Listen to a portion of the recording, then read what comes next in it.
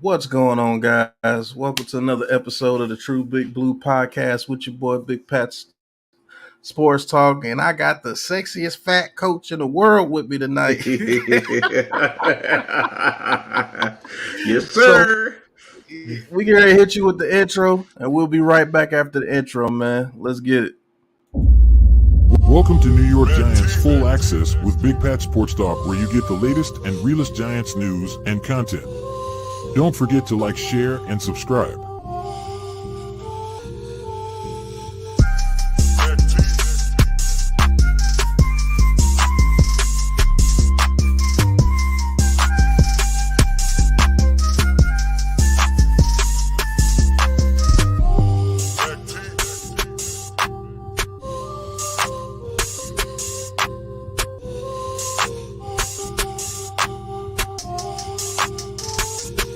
Want to talk your talk with Big Pat Sports Talk and become an official Big Blue Crew member? Hit the join button in the description.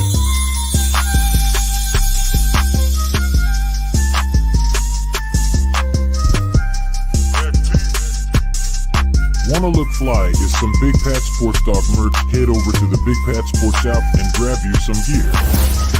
The link is in the description.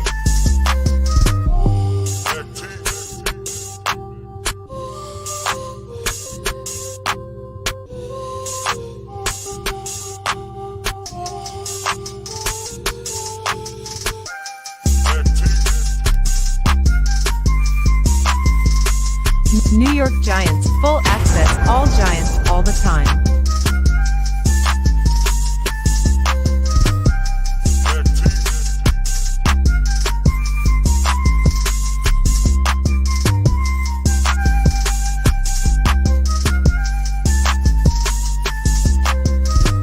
All right, Giants fans. New York Giants Full Access is now live. Enjoy the show.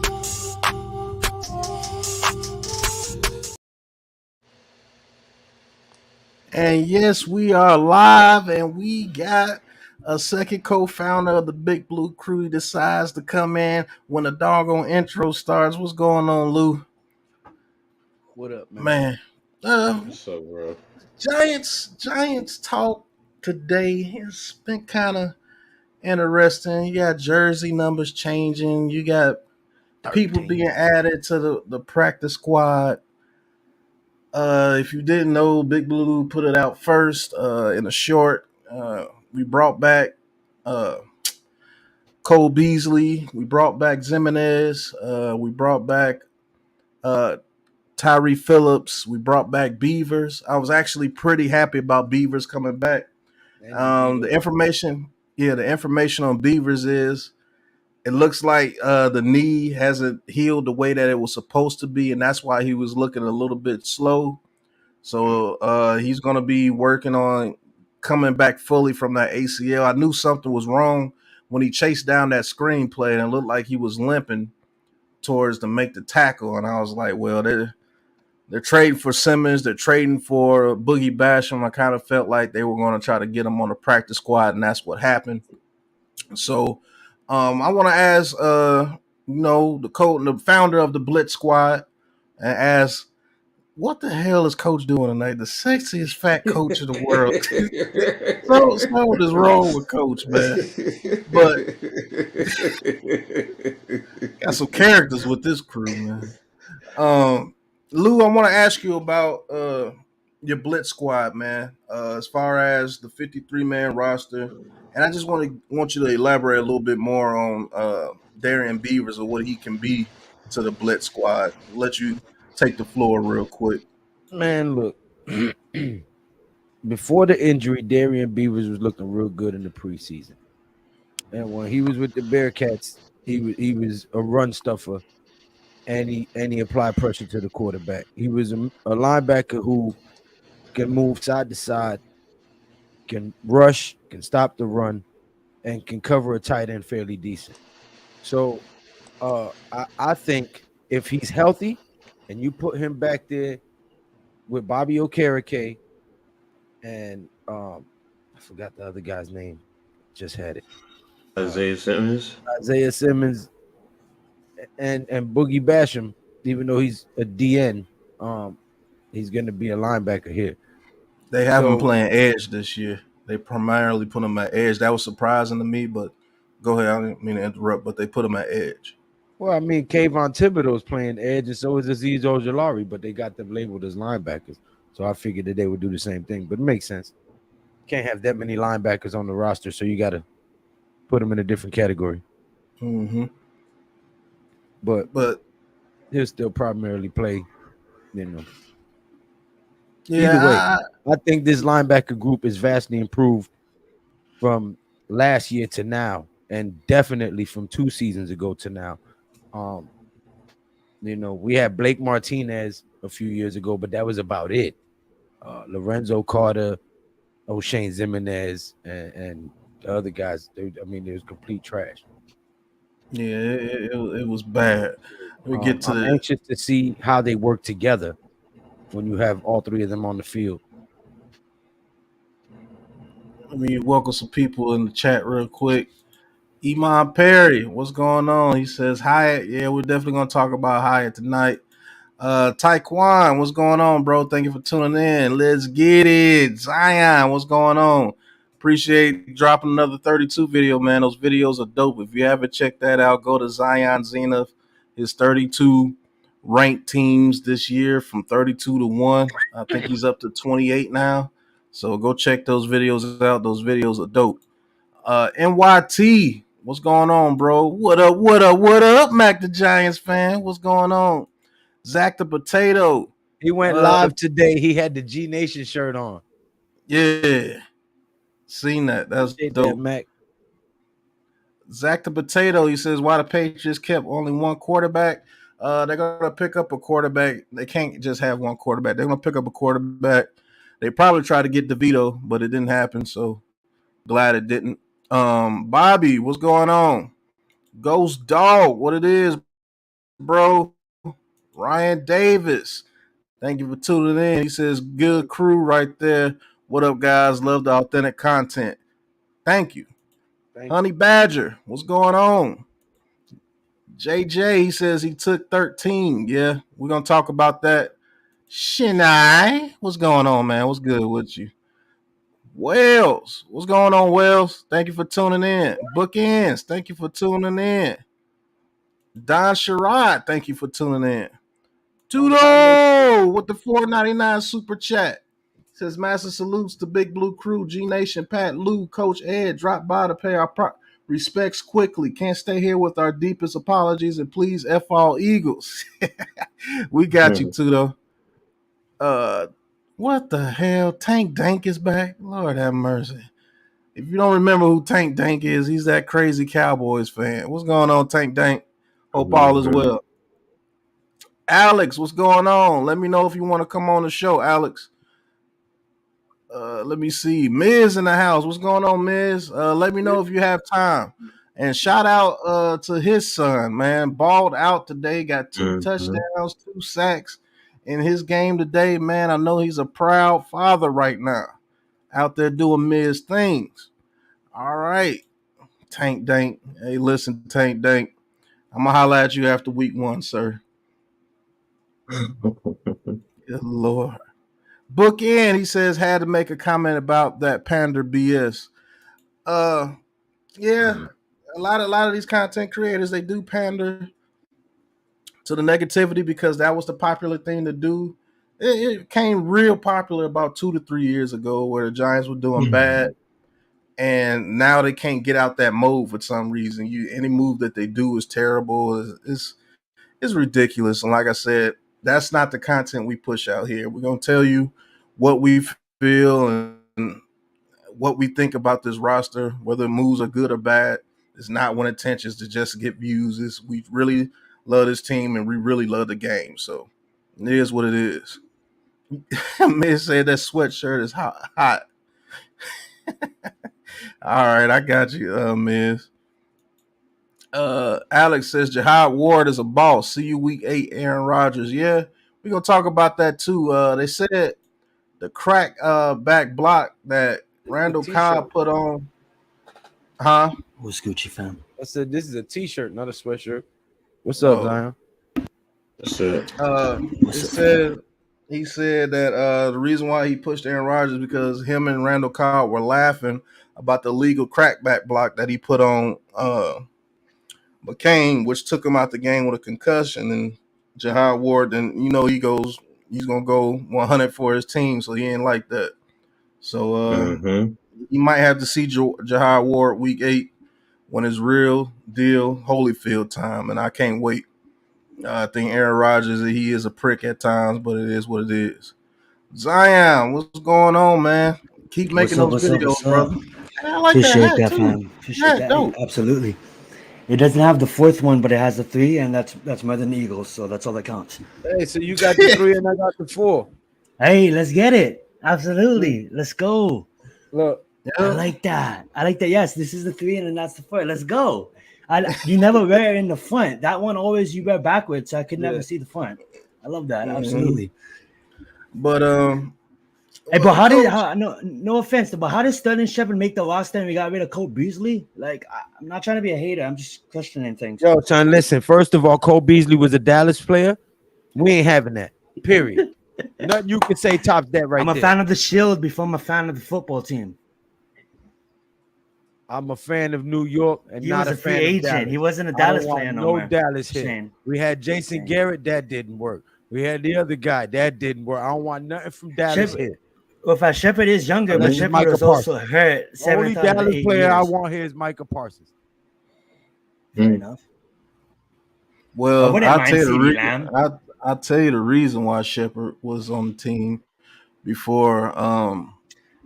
Obviously, I know he's off the field, man. That guy's like number one cheerleader. Because they feel Shepard is a better receiver, and 2, Beasley's actually hurt. He's actually dealing with a quad injury, so that's why he's on the practice squad. I think he's get signed to the 53 if he doesn't have a quad injury. So look for Beasley to be brought up quite often this year off the practice squad, and then get an official 53-man roster spot. I watched you guys' video this morning, and I do love the point you made about Matt Breida, the change of pace back. You know what I'm saying? But he's the only change of pace. Yeah, he's the only change of pace back we got. Chris Ram, what's going on? We go ahead and get this out the way. Jalen Hyatt switches to 13. He switches to Odell Beckham's number. A lot of people are, on both sides of it. One, a lot of people don't like it because they're saying, oh, you'll never be Odell Beckham. Why would you get 13? Why would you put that number on? You're not worth putting that number on. And a lot of people are like, he looks good in the number 13, and he actually does. Pause. But should have Jalen Hyatt stayed away from that number due to the Odell Beckham? No. I guess you can call it legacy with the New York Giants.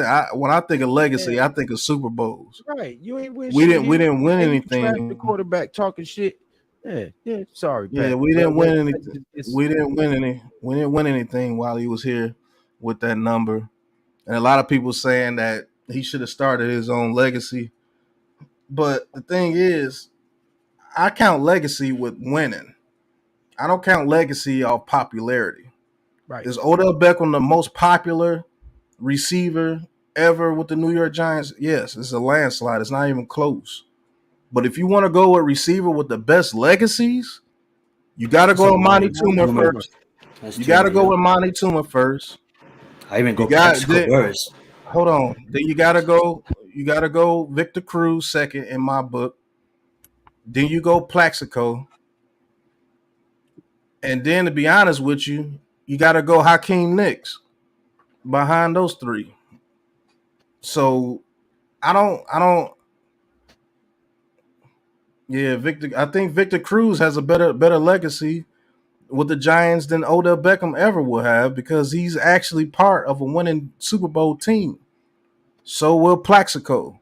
So will Monty Toomer. And I'll tell you this, Monty Toomer is the most disrespected receiver in a long time. I didn't know that fool had 5 years straight with over 1,000 yards. I was like, what did he do that? Like, what did he?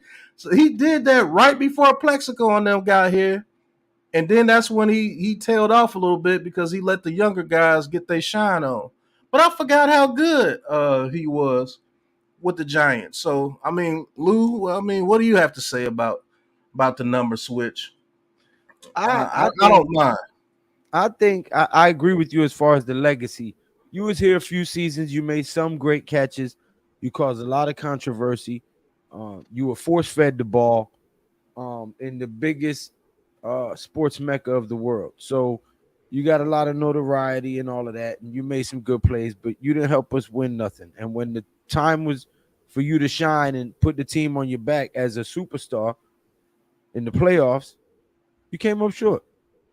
Thank you. So, to me, when I think of legacy, I think of guys who won Super Bowls, who won championships, who fought in them tough, gritty fighting games in the snow, in the mud, in the rain, in the away games.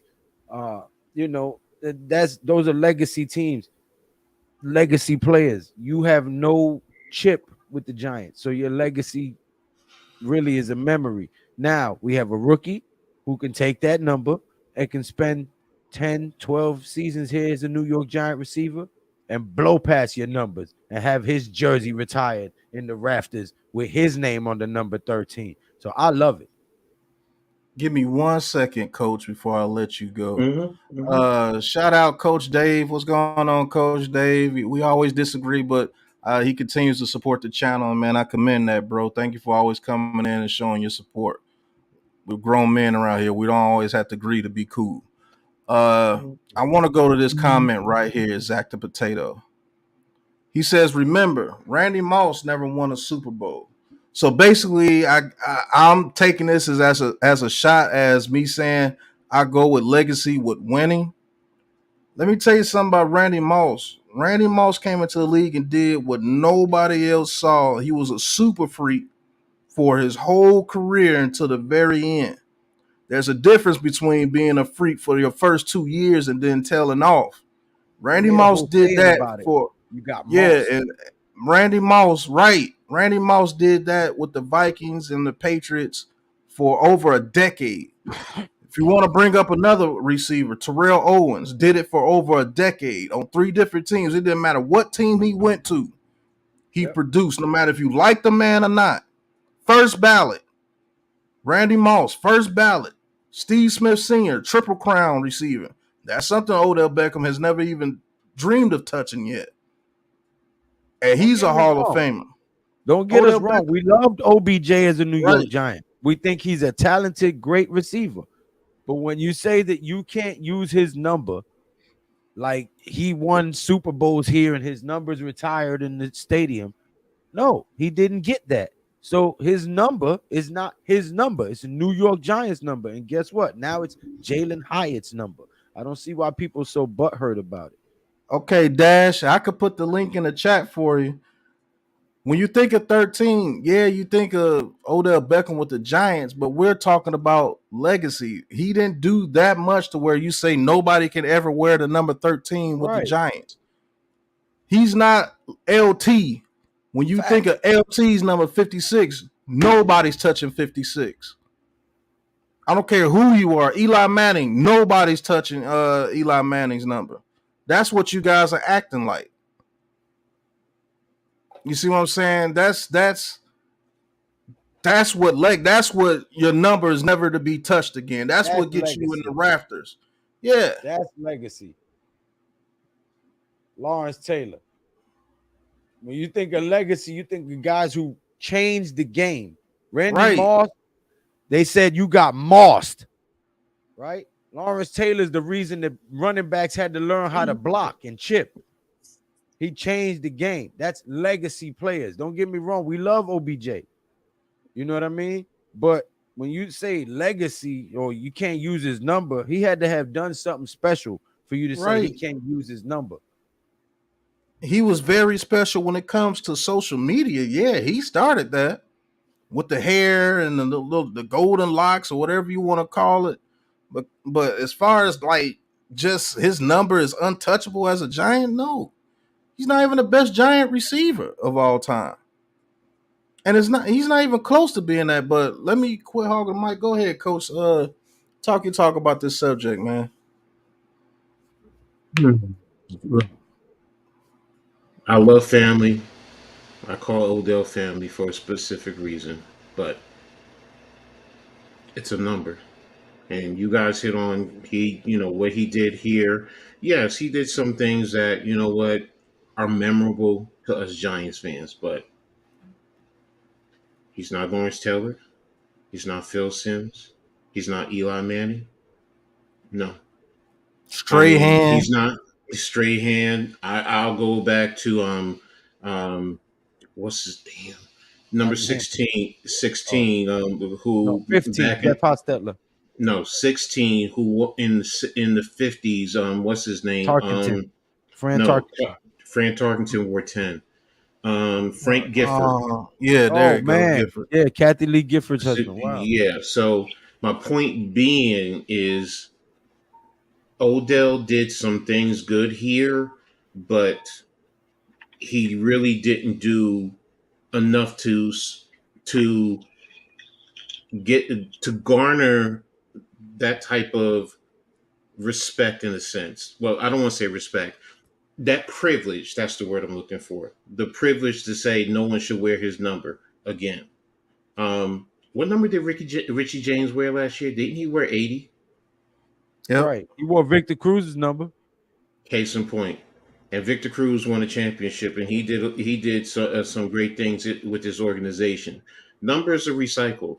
That's just the reality of it, Yeah, we're not saying And for it wasn't great while he was here or nothing like that. We're just mhm, saying his number wasn't retired, so it's fair game. exactly. So now if the Giants organization said that they were going to take his number out of circulation, then that's a different story. But it's not. And if I understood correctly, didn't somebody wear 13 before Yeah. Hyatt was wearing 13? Yeah. The dude that went to So the Bears. Seals, yeah, the other receiver. Yeah. so my point being is, why are we making such a big deal when even somebody else was just wearing a number this year who got cut and went somewhere else, Yeah, and he took Yeah, the David number. So Seals. yeah, David David Seals Seals is right. was wearing a number. so why is it now because Jalen Hyatt is And wearing it? Dante Pettis. It's a Yep. big and Dante Pettis. Thank you. That's the point. I could understand. You know what? If nobody wore it after Odell left for a few years, I could understand the argument. I won't accept it, but I could understand the argument more. But you've had players who wore the number since he's gone, and now for Hyatt to get it and people have a problem. Because Hyatt That actually has talent, coach. they're afraid. They're afraid Yep. of him doing That they're gonna something. forget the I other mean, 13. and Hmm. what did Odell say to him? He said, "Just don't break all my records. Leave me something." So if Odell says that to the young man, that's telling you Odell thinks he's something special too. So, bro, he's wearing the And 13. He's wearing the 13. It's no big deal. Go out there, brother. Do your thing. Make Giants Nation proud. Everybody else who is acting like this, excuse my language. No, I'm not gonna say it. I'm not gonna say it. You know what? thank you. Just leave the young man alone and get off of his back. Just let him carve his own way and make I like to his jump in own. on this. I like Go I ahead. like Big Dash's points. He makes a lot of good points, but on this one, I do have to disagree. I do have to side with you guys. The thing is, the 13 OBJ, regardless of anything, he became a bigger influence than he was a football player. I'm not trying to take anything away from his football, but by that, he got a lot of young fans to be fans of this team. Because y'all got to remember in the chat, when OBJ was on this team, he was losing. So a lot of fans became fans of this team because of OBJ, the influencer. So I don't think anybody will ever forget what OBJ meant to this team. No, of But course this not. is absurd. To say a guy that had less than 4,500 yards with this organization, that's almost 5,000 yards less than Toomer. That's 5,000 less than Toomer. Toomer has 9,000 with the organization. This guy has less than 5,000. If you want to put a number on it, it's probably like 4,300. Yes, that's a lot of yards. I'm not trying to take anything away from that. But we're making like this guy is in a Hall of Fame already. We're making like this guy's retired. We're making like this guy dropped 10,000 yards. I understand what OBJ mean to some of these fans, But at the end of the day, he's gonna go make fucking plays. Excuse my language. In Baltimore with Lamar Jackson and Zay Yellow Flowers, dollar and sign. he'll Thank you, be Zion. okay. And he'll be okay. You know what I'm saying? And he'll be No Dash, okay. profanity, The thing Dash. is, Zion. Sorry, the sorry, sorry. thing, the Forgot you thing, guys the on. thing is, man, with this OBJ thing, it's another thing where if you don't say he's one of the greatest, they think you're diminishing him or whatever it is. And like I said, nobody's diminished OBJ here. We just told the truth. When he was here, we were a losing team. And when he was here, the time that we needed him the most, Tommy pointed it out. He was on a boat trip, came to to Packerville, and dropped everything when we needed him most. A suspect boat trip at that. Pause. Dash. I'm So, not the. Oh, I'm sorry. Go ahead, Pat. Finish. so this stuff of he single handedly prolonged Eli's career. Ask the question if that McAdoo is did true. that force feeding him the ball. Hold on. If you ask yourself the question, if he did single handedly prolong Eli's career, what was the reason why? You want to know why he prolonged Eli's career? Is because they didn't never put an offensive line in front of Eli. Give Eli an offensive line and give him some half decent receivers and see what happens. You saw what was happening in that playoff game. When Shepard didn't show up, when OBJ didn't show up, he started throwing it to Tavares King and still had us in that game until the very end. If they would have put an offensive line in front of Eli Manning, I would take that offensive line before OBJ because I know Eli Manning would have put in work with an offensive line. He won a Super Bowls with offensive lines. So that's the question you have to ask yourself. Why did he have to do that? It's because he was the only thing out there. That's crazy. Nobody's diminishing that dude.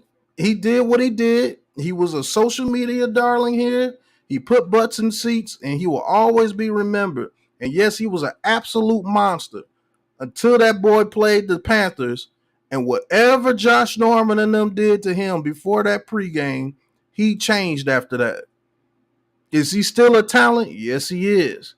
But let's not act like just because somebody wears his number, it's a shame. Nobody should.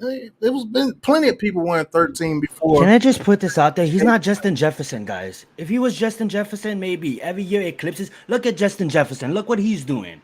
Okay, he's not Justin Jefferson. Let's be real. He's not because he kept getting hurt. But he is a talent. Let's see what he goes over there and does with the Raiders. But that right there, just because you say that is somebody should be allowed to wear 13, yeah, they should be allowed to wear 13. We never won anything with 13 was here. If anything, Amani Toomer's number should be retired for a receiver. That's crazy. But I don't know, man. I'm Can kind of I add off one that thing? subject. Go I ahead. just want to add one thing. Dash. I am not diminishing what he did for this organization. That's the one thing. I'm telling you. I told you. I said I call him family. I do that for a reason, bro.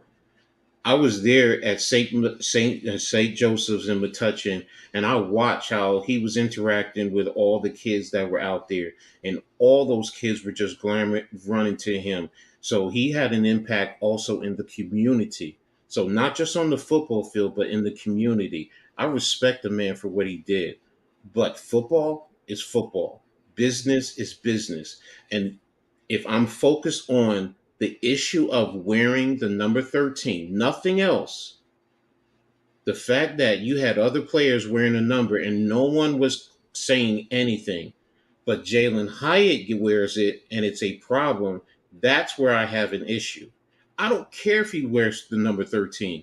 Go out with do what you got to do. Wearing 13, wearing 84, wearing 99, wearing 88. I don't care. Just Jalen Hyatt, go out there and produce. That's all I care about. But the fact of the matter is, you had other players in between OBJ and now that won number 13, and nobody in the fan base said anything. Why? Because those other players weren't as talented as Hyatt. And they're concerned that he may do something and take us somewhere different that OBA did not. That's their concern and that's their issue. That's on them. You know what? Bottom line is, if he goes out there and he produces and leads us to a championship, you think anybody's really going to be caring about it at that point in time? Hell no. Hell no. I got a question, Lou. Was Eli Manning that bad after the Super Bowl? Because No, our O line was trash. yeah, we got OBJ in what 2013 or 14? It was one of them. He was 13. I We think it got was him in 13. 2014, right? It Or was 13 one of them drafted. years. Yeah. Yeah. Do you know that the Giants offensive Early for lines Mike those Evans draft. years? Do you know the Giants offensive lines those years were absolute garbage? Like y'all need to get like y'all. I don't understand the people that was saying Eli was washed since 2012 before we got OBJ, and all of a sudden he was able to do something. What they We Like don't just don't give them understand is attention, Pat. what That's they don't delusional. understand is they only watch football to have enough. They only understand enough about football to have a conversation. They can't really get in depth and watch film and break down and talk about disguises and blitz packages and zone coverages. They can't get in depth with all that. You know what I'm saying? They watch and know just enough to have a conversation by the water cooler at work. So when you don't understand that the line is so atrocious that the minute the man says hike and he's in a shotgun already, the minute the man says hike, he has 3 people on his face. That's how atrocious the line is. So he, rather than taking the hit at 37 years old, would spike the damn ball on the floor. Oh, Eli's washed. No, the man don't want to get a damn beat stretched out on the gurney. I remember you Preston do, Porker not wanting to catch a football to save his life. I remember yeah. Ruben Randall dropping everything. Like, our receiving core sucked, guys. And our O-line sucked. And I'll let you guys take over. You do know that the main reason why Saquon Barkley had 90 catches in his damn rookie year is because we didn't have an offensive line, and he was like, "Well, I got this monster right here. Let me just throw it to him and see what he can do." And he did do what he was supposed to do. Imagine if he had offensive lines like Ben Roethlisberger throughout the fall end of his career, or be on teams like Phillip Rivers with the offensive lines the way he had at the end of his career. You guys do know that he finished top 7 to top 8 in every statistical category for quarterbacks. And he didn't start losing all those games until those years after that second Super Bowl, when we were absolute dog water. Nobody was there to help him. That's why he got down to a 500 record. Imagine playing 6 years with absolute garbage around you and still finish your career with a 500 record. And let's not forget, the last 2 games that he played, he was balling. The dude was still getting comeback victories for us. He just didn't have nothing around him. Which is case in point, right? Now that is perfect segue, and I'm glad you said it. Which is why when Daniel Jones came in, it's been the same problem we've been talking about. Right. Offensive line, crappy receiver core. Offensive line, crappy receiver core. Now we got some pieces and a decent offensive line. Still trying to figure out the guard positions, but got the most stable parts of the line in a good position. So we can figure out the guard situation, and we'll have a solid O-line for the next 6 to 8 seasons at least. Do y'all understand? I wish I had a YouTube channel back in 2011. Do y'all understand that we've been talking about the offensive line for over a decade? Over a decade. I've been on YouTube going on 3 seasons now. And for all of them, I've been talking about a center, offensive line, a center, offensive line. I was banging the table for Linderbaum. I was banging the table for John Michael Smith. Pause. And the damn season before Linderbaum, I was talking about a center. I made a video talking about hog mollies and Brett Hagee and you know what I'm saying? So like it's crazy. Oh, OBJ prolonged Eli's career. Come on, man. Eli would have had a whole hell of a lot better career if they would have gave him an offensive line. I promise you that. I promise you the offensive lines matter, man. It's only if you had a team like how that Bengals team was, where you got 3 number 1 receivers, a number 1 tight end, and a number 1 running back, and a good quarterback, where you could overcome some things. But when it came to the Rams, they couldn't overcome it because the Rams were just that good on the D line that year. Didn't Tampa Bay beat the Chiefs in the Super Bowl because of the Chiefs' O-lines? Right. Wait, 3 O-linemen went down during the AFC Championship. They went to the Buccaneers and got spanked. Will Beatty. Wow. Yep. Will Beatty. Yeah. Remember those years with Will Beatty? We had what was his name? The center that went to the 49ers. I forgot his damn name. Was it Boss? Justin. Yeah, we had Boss, and we had another that we drafted that turned out to be bad for us. Oh, man, no, yeah, it was him. Yeah, he was Weston Richburg. Remember Eric Flowers? Weston Richburg, Eric Flowers. We still dealing with Matt Pert. Like, Justin Pugh got hurt on us. Like, y'all don't understand. What quarterback gonna shine with that out there, man? y'all take this to the extreme. I'm telling you, listen. They said, look, I'm gonna tell you what happened. They said, look, Peyton ain't got no O-line. Yeah, he's had 4 neck surgeries, but he got him to the playoffs every year. Let's spend money on something else. We don't need to get Eli a line. They were trying to get that man neck broke. Do y'all understand that we got robbed of seeing one of the best quarterbacks ever, and Andrew Luck finished his career? I was just about to say that. That's why I turned on my mic. Absolutely. Talk about Andrew Luck. Don't give me this. He held on to the football too long. Andrew Luck did not have an O-line, and that's why. Talk about how great Andrew Luck was. For real. That's some sad stuff. Yeah, that's a sad story. His name was Andrew Unlucky because he went to the Colts. Yeah, I'm a QB apologist. What if I'm a QB apologist? I'll be a Justin Herbert fan like you. Oh, it doesn't matter. My quarterback gave up a 27-point lead in the playoffs, and the defense got him 5 turnovers to get those 27 points. Man, Justin Herbert's great, like how you guys do. No, I'm just an absolute quarterback realist. I know a quarterback needs time to throw the ball. That's just common sense. What quarterback you keep throwing out there, it keeps getting killed. What's the average? Shout out to you for having enough intelligence to know what an apologist is and use it appropriately in a sentence. A lot of people don't know what that is. I'm not being facetious. Shout out to you for being intelligent to know what that is. Right. What's the average release time for the quarterbacks in the NFL? It's 2.7, right? Somewhere between 2.7 and 2.8. Exactly. And I'm just going to say this, ladies and gentlemen, and those of you who not really grasping that, 1001, 1002. There you go. 1001, 1002. Yeah, there it is. I'm sorry. So you want to be a quarterback. Right. Like, y'all don't understand. I wish I could put one of y'all behind an offensive line that is terrible in a real game.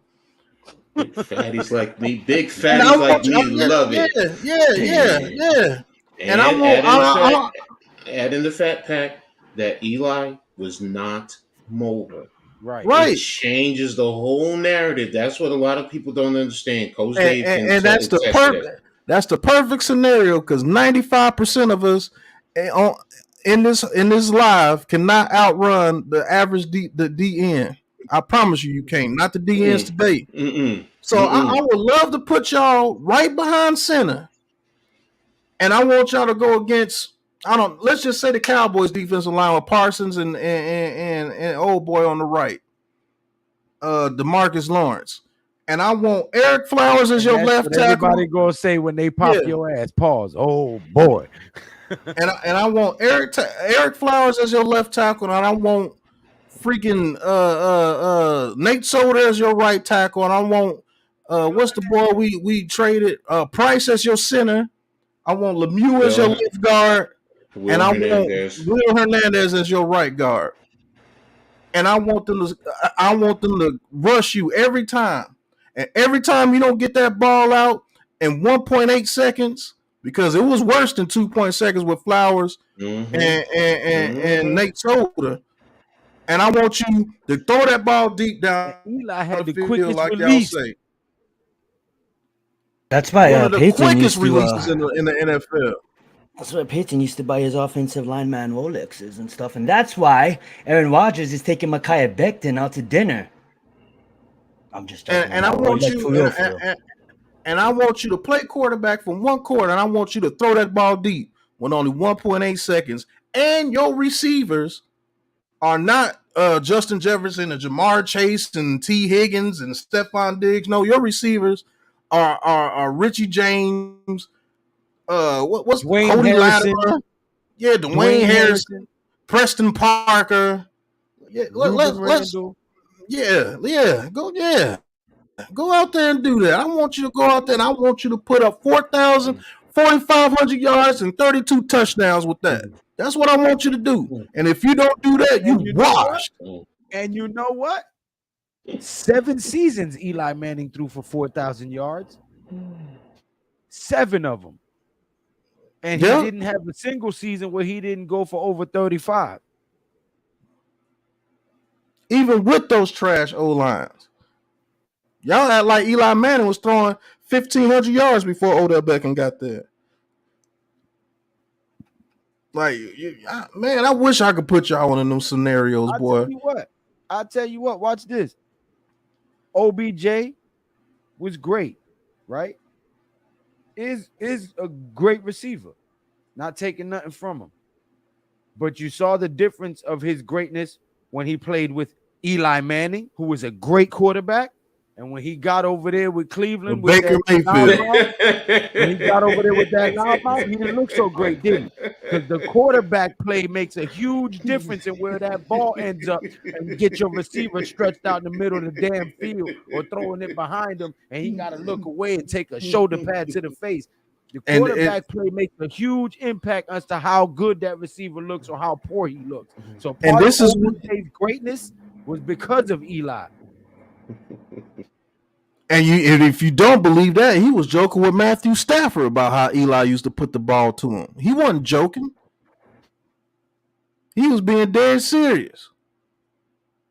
It got so bad over there for Odell Beckham with the Browns. His daddy made a video about Baker Mayfield to get him up out of there. This is what y'all bring out of people that really love ball. You make us look like we're bashing a player when we bring out truths. If he was so great and he revitalized Eli Manning was washed before Odell Beckham got there. Why did he, when he went over there to Cleveland, he looked washed? Dash left the conversation. It's just Coach Dave, the only one arguing with us now. Dash left the conversation. Dash don't want no smoke. That's crazy. If it was like that, he would have went over there and made Baker Mayfield look like a star too. It goes hand in hand, ultimate team game. Yeah, he revitalized Eli to a certain extent. Yes, sir. But Eli Manning made him look good too. That year when he threw 35 touchdowns, all 35 touchdowns didn't go to Odell Beckham, not did it? BK Godson, say it again. Say it again. Right. Joe Theismann and what's his name with the Eagles? Oh, he sacked the most. Oh man, what's the dude's name with the Eagles? He does the NFL. Yeah. I know. Oh man, good dude too, man. But yeah, you imagine that, and see the thing is, like, now this is where I'm going to say 40 times translate, because with linemen, they always talk about the 10-yard split, and they try to get them at 1.78. And that's exactly what we're talking about with your ends and your defensive linemen. I mean, you know, and to Pat's point too, you know, yeah, Jaworski, you got 3. Yeah, Ron Jaworski, thank you. You got defensive line, you got edge guys who are 250, 260, But imagine Dexter Lawrence, 350 pounds coming direct line right at you. Leo Williams, 325 pounds, direct line at you. And you have to stand there. You have to stand there because you know you're going to get hit. You know you're going to get clobbered. In the pocket and And put the ball where you it have goes. to stand there and take that hit. That's why, to me, I understand when they say quarterback is probably the toughest position because of not only the mental but the physical. Because and I get why they changed the Love that rules. trade, I Jack. hate it. I hate the rule that changed, but I understand why, because the quarterback is so important. And then the accuracy of putting the ball, the timing, the accuracy, putting the ball where you know your receiver is going to go make a play on the ball. That's not easy to do. Your footwork has to be included in there. Like most people think throwing a football is mostly arm. No, it's legs. Yep. Mm-hmm. Throwing All football your is power comes from the legs. ground up. Yep. Exactly. Just So like you a have to. knockout punch, just like a baseball pitch, Mhm, just like most of all your sports, even fighting, everything comes from the exactly. ground. You draw energy from the earth. That's why it's called Mother Earth. Let me stop, man. But that's why, you know what, when a quarterback, they talk about quarterbacks stepping into the throw. His front foot, your front foot Step directs into a where the pitch, pass step is into a going. jab. So, and that's why it's like it's I sit and I marvel at Eli. Eli was slow as shit. We all know that. But that man was sitting in the pocket. And don't forget, the man played every damn game until we took him out as an Yep. organization. Not injury. Never Man complained played about through no Yep. trade. injuries. So it's like, you know what? You could say, well, you know, he prolonged his career. Okay. Okay. OBJ was special in terms of his talent. But to what Pat was saying, what Lou was saying, we still didn't win. And that's why, to me, with Hyatt, he takes 13. We win. All right, cool. If we don't win, but he's going out there producing, you know what's going to end up happening? We're all going to be bitching and complaining. Every last one of us. Get rid of this person. Get rid of that person. This player sucks. That player sucks. It's going to be the same thing again. Bottom line, like Pat said, football is a team sport. You need your offensive line to block. You need your receivers to run the right patterns. You need the quarterback to put the ball in the right spot. You need both the quarterback and the receivers to see the same thing as far as the defense, so they know what they're running and how they're running it.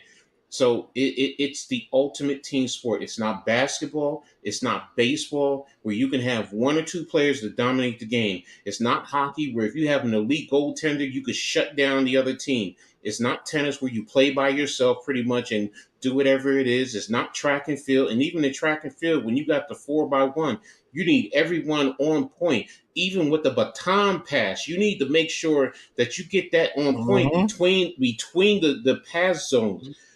Football is the ultimate team sport. The only one that, you know what, you can't get away with just one person, doing whatever. For everything we talk about LT, and I saw LT play, Leonard Marshall, Jim Burt, Rob Van um, Pelt. uh, yes. The point I'm making is you still needed others around making sure that teams didn't key in on him, because if it was just LT, I'm going to be honest with you. If it was only LT, they put Double. three people on him. They put three people on him, and that's it. You needed Leonard Marshall still pushing the pocket. Jim Burt. Remember, those two had probably the greatest hits on a quarterback Yep. ever. Jim Burt Yep. on Joe Yep. Montana right at the middle. Joe Montana flushed out because of LT. He stopped because he let one person pass, and where was Leonard Marshall coming right from behind to crush his ass? If You it need wasn't for players. it wasn't for our defense, the 49ers probably would have ran off 4 or 5 And, in a and row. and just to put that into a little perspective, Barry Mm-hmm. Sanders is a great running back, Yep. Mm-hmm. right? But Mm-hmm. everybody says Emmitt Smith is the greatest running back. Why? Emmitt Smith got the chip. Emmitt Smith got 3 of them. While But did Barry Emmitt, Sanders may have been the better running back, he didn't And get it's the not ring. close. He was way better what than I'm Emmitt saying? Smith. Right. It's not close, but I'm saying while he may have been the better running back, Look at that you know, offensive line. Look at that Dallas Yeah, offensive line there. Yeah, probably the you know what greatest I'm tasteless. saying? offensive line So, assembled. and it's yeah, there's great players that do great things on the team or whatever, but if their number ain't retired on that rafter, it's Bingo. fair game, man. And we just spent Bingo. 50 minutes talking about this. That wasn't even the damn topic of the show. Yeah, exactly, man. Yeah. All I can say is, man, when it comes to that word legacy, be careful how you use it if you're talking to people that really know ball and really study the game. Because legacy, OBJ, he was great for us. Love what he did. He helped us out at a time that we were bad when it came to views. He had us on primetime TV when nobody should have been on there. But legacy, no. I can't say that he left a great legacy because we didn't win anything when he was here. We never even won a playoff game when he was here. We made the playoff one time, and that was because of the defense that year. And he dropped a touchdown in the end zone. He always drop passes. LBJ always He drop dropped passes. I three. love, Yeah, he dropped three I love passes in that him. game. I know, but he dropped one right there in his hands in the end zone. And if he catches that, we're going up on the Packers 21-0. If Shep catches that ball and OBJ catches that ball, we're going up on them boys 21-0. And Eli would have got us to another bowl. That year, playoff Eli was playing. I promise you he was. Joe, What's going on, Hey Joe? guys, You know hey, what? thank Glad. you, Joe. Lou. Thank you, Lou. Thank you, Pat. Thank you, Coach. And Other Zenith. brother. Thanks for Monday. That was awesome. It really was. To know that I got friends and I got a community that care so much. Man, I tell you, it's nice to feel loved in this world. It really is. pause.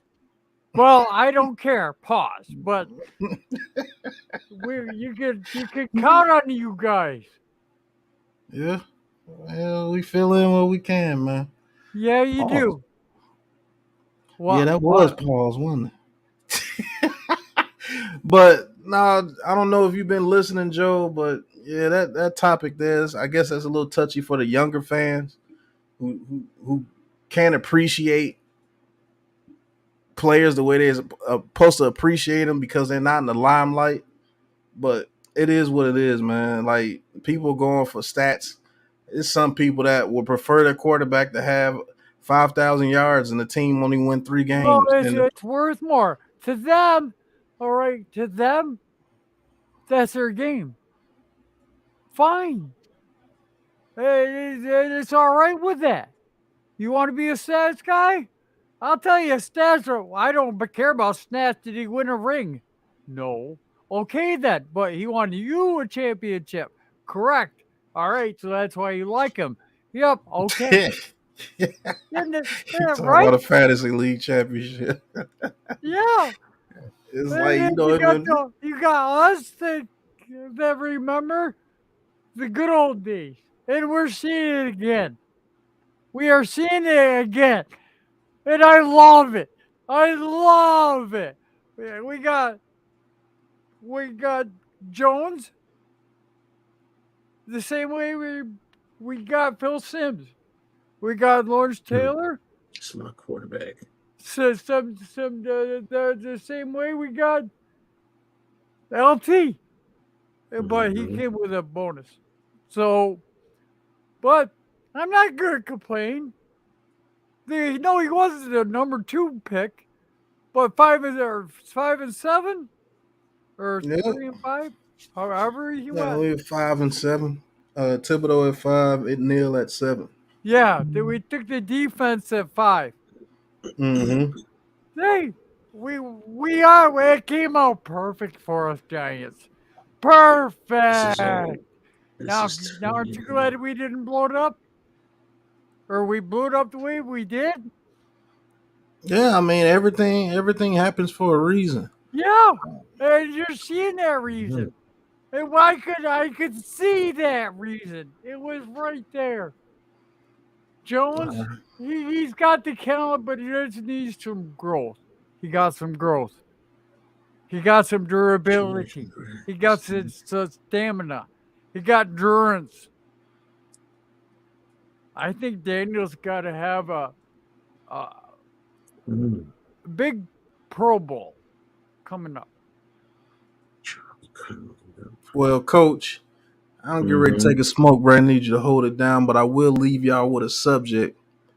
Tell me what you think that Wink Martindale can do with with the new defensive line that we've got and the new defensive players that we've got. Defensive line strictly or front seven? Just the front seven in general. Okay, Let front us seven. smack down to their candy asses. I'll be right Well, back, fellas.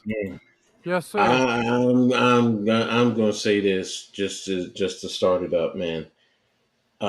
In terms of Wink is going to dictate to the offense almost what they can do. Number one, the first thing we're going to do is we're going to take away the run because Joe Shane has done a masterful job in bringing in talent with the objective of taking away the run. I mean, we have guys now that can set the edge in the run game. I mean, we talk about Jahad Ward. We all know that he could do that, but now, what's his name, who we just brought in from Buffalo in the trade, Basham. I mean, he's another one who could set the edge. So it's not, well, they're going to get to the outside. We're now three deep in the defensive line that can take away the run. And on top of that, you got linebackers that can fill and flow, that can flow and fill, and basically get to the running back and bring them down, and not just bounce off of them. And the running back bounces off of their tackle and gain extra yards. I mean, with Simmons and Bobby O, I'm so confident that sideline to sideline, they're going to get there. They want to try and run outside stretch zone, whatever. We're going to get there. We're going to get there. We're going to be able to push them back to flow, and guys are going to be there to bring them down. I mean, we can even bring the safeties down into the box. That helps in the run game. So I like that right there. We can rotate guys, and we can keep guys fresh. And even when you want to take out Simmons or Bobby O, McFadden is all right. I'm not saying he's an elite player, but he's capable of giving you a series while guys get a rest. And then with Bobby O and Simmons, they give you coverage abilities. So, I don't worry about tight ends running the seam and running free because we have linebackers that can run with them. We have linebackers that can run with running backs. So, yes, they'll make some plays, but for the most part, we're going to be able to do whatever we need to do defensively. And then the biggest thing is the ability to blitz and run games. If you want to crash your end and have your linebackers come scraping right off of their crash, that's going to compress the offensive tackle. That's going to give them a small alley to get right to the quarterback. So it's just so much that you can do with that front seven in terms of playing games. You can run linebacker crosses in the middle. You can run double A gap blitzes right there. You can show that you're blitzing and then drop them in the coverage. So it it creates so much one-on-one blocking that I love that for Leo and Dex. That now interior wise, teams are going to have to say we have to keep an eye on the linebackers. Where now Dexter is going to get more and more one-on-one blocks. Leo is going to get more one-on-one blocks. And we saw what Dexter did last year to Quentin Nelson. Quentin Nelson is an all-pro offensive lineman, but he just cakewalked him right into the back, into the quarterback's lap. So I love it. It's just going to give us so much. It's going to expand the defense too, because I've said it last year. We didn't see all of the defense. We didn't even see half of the defense that Wink can give you. Ladies and gentlemen, remember that one defensive series play where he stood every defensive lineman in a straight line right over the center going back? And we were like, what the hell is he doing? and it just created so much confusion that it worked. That's ingenuity. And that just, how do you block that? How do you prepare for it? And imagine him doing other things like that.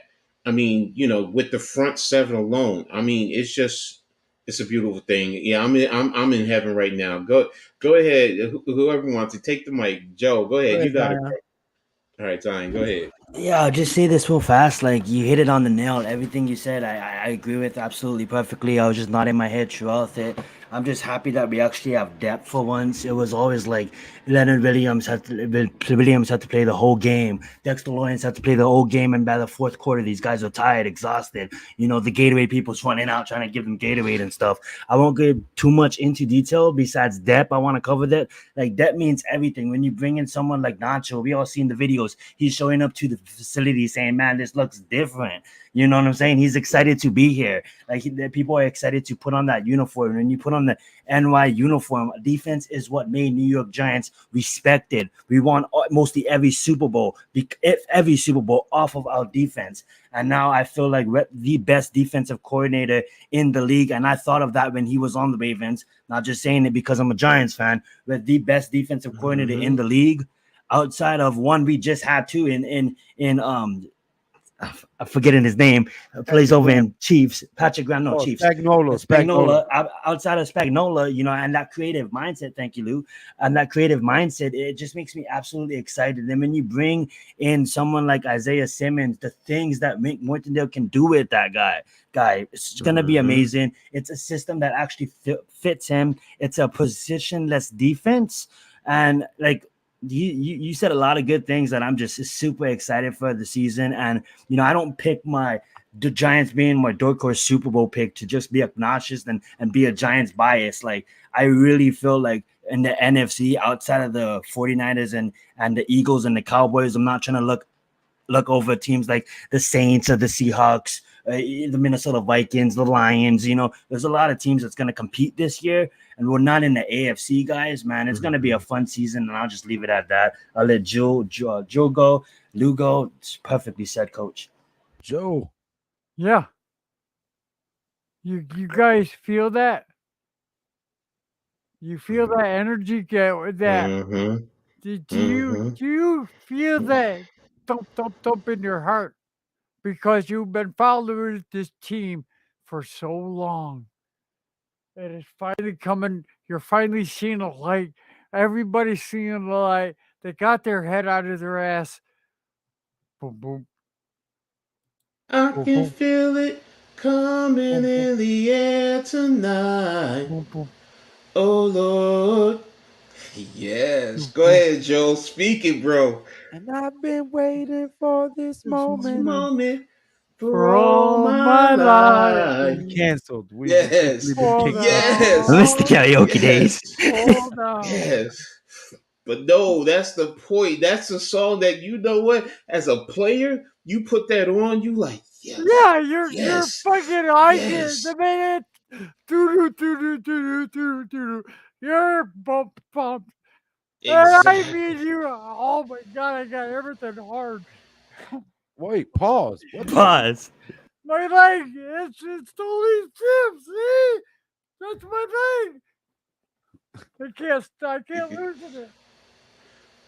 Oh yes, yes, you can feel it. And yes, Joe, you were so right, brother. No, yes, you were so. Energy. It's an energy yes. that you feel like for real. The Giants are gonna make some serious waves this year, and I've been saying it all off season. Like, I'm telling you, you can just feel it coming together.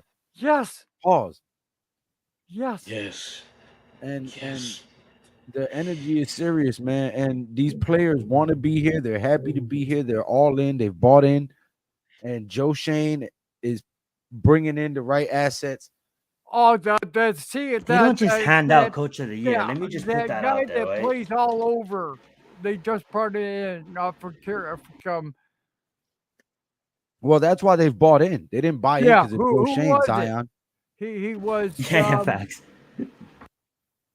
Who was that guy? Which guy? The Giants just bought in. Isaiah Simmons. Yes, Isaiah Simmons. Yeah, and then And they But gave him a the boatload of linebacker from money. Buffalo, Boogie Basham. Boogie Basham, yeah. They gave him a boatload of money too. I heard. No, he No, stole them guys. those are No, we got him trades. for a seventh and change off the We Oh, got dollar. two no, no, no, players no, for no, him. no, We no, got no, no, we no, got no, no, him no. and a 6th-round pick. I mean, him and a 7th-round pick for a 6th-round pick in 2025. That's And then right. and There then you in for Simmons, we got Simmons. Seventh. Him for a 7. But no, when you really think about it, Lou, think about it this way. You got both Boogie Basham and Isaiah Simmons for a 6th round draft pick. yeah. That's genius by Shane, because we had to give up a 7th round to get Simmons, and now we had to give up a 6th round, but we're getting back a 7th round, even though it's not our own. So in essence, you got 2 players, For one quality pick. players That's for why I said one we got pick. 2 But for 1. what people are realizing is he's gonna go back to his roots, go back to Clemson, because he's gonna play that Mm-hmm. way.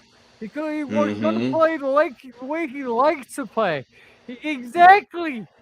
Mm-hmm. And boy, is his game we're gonna turn up. Oh And my God.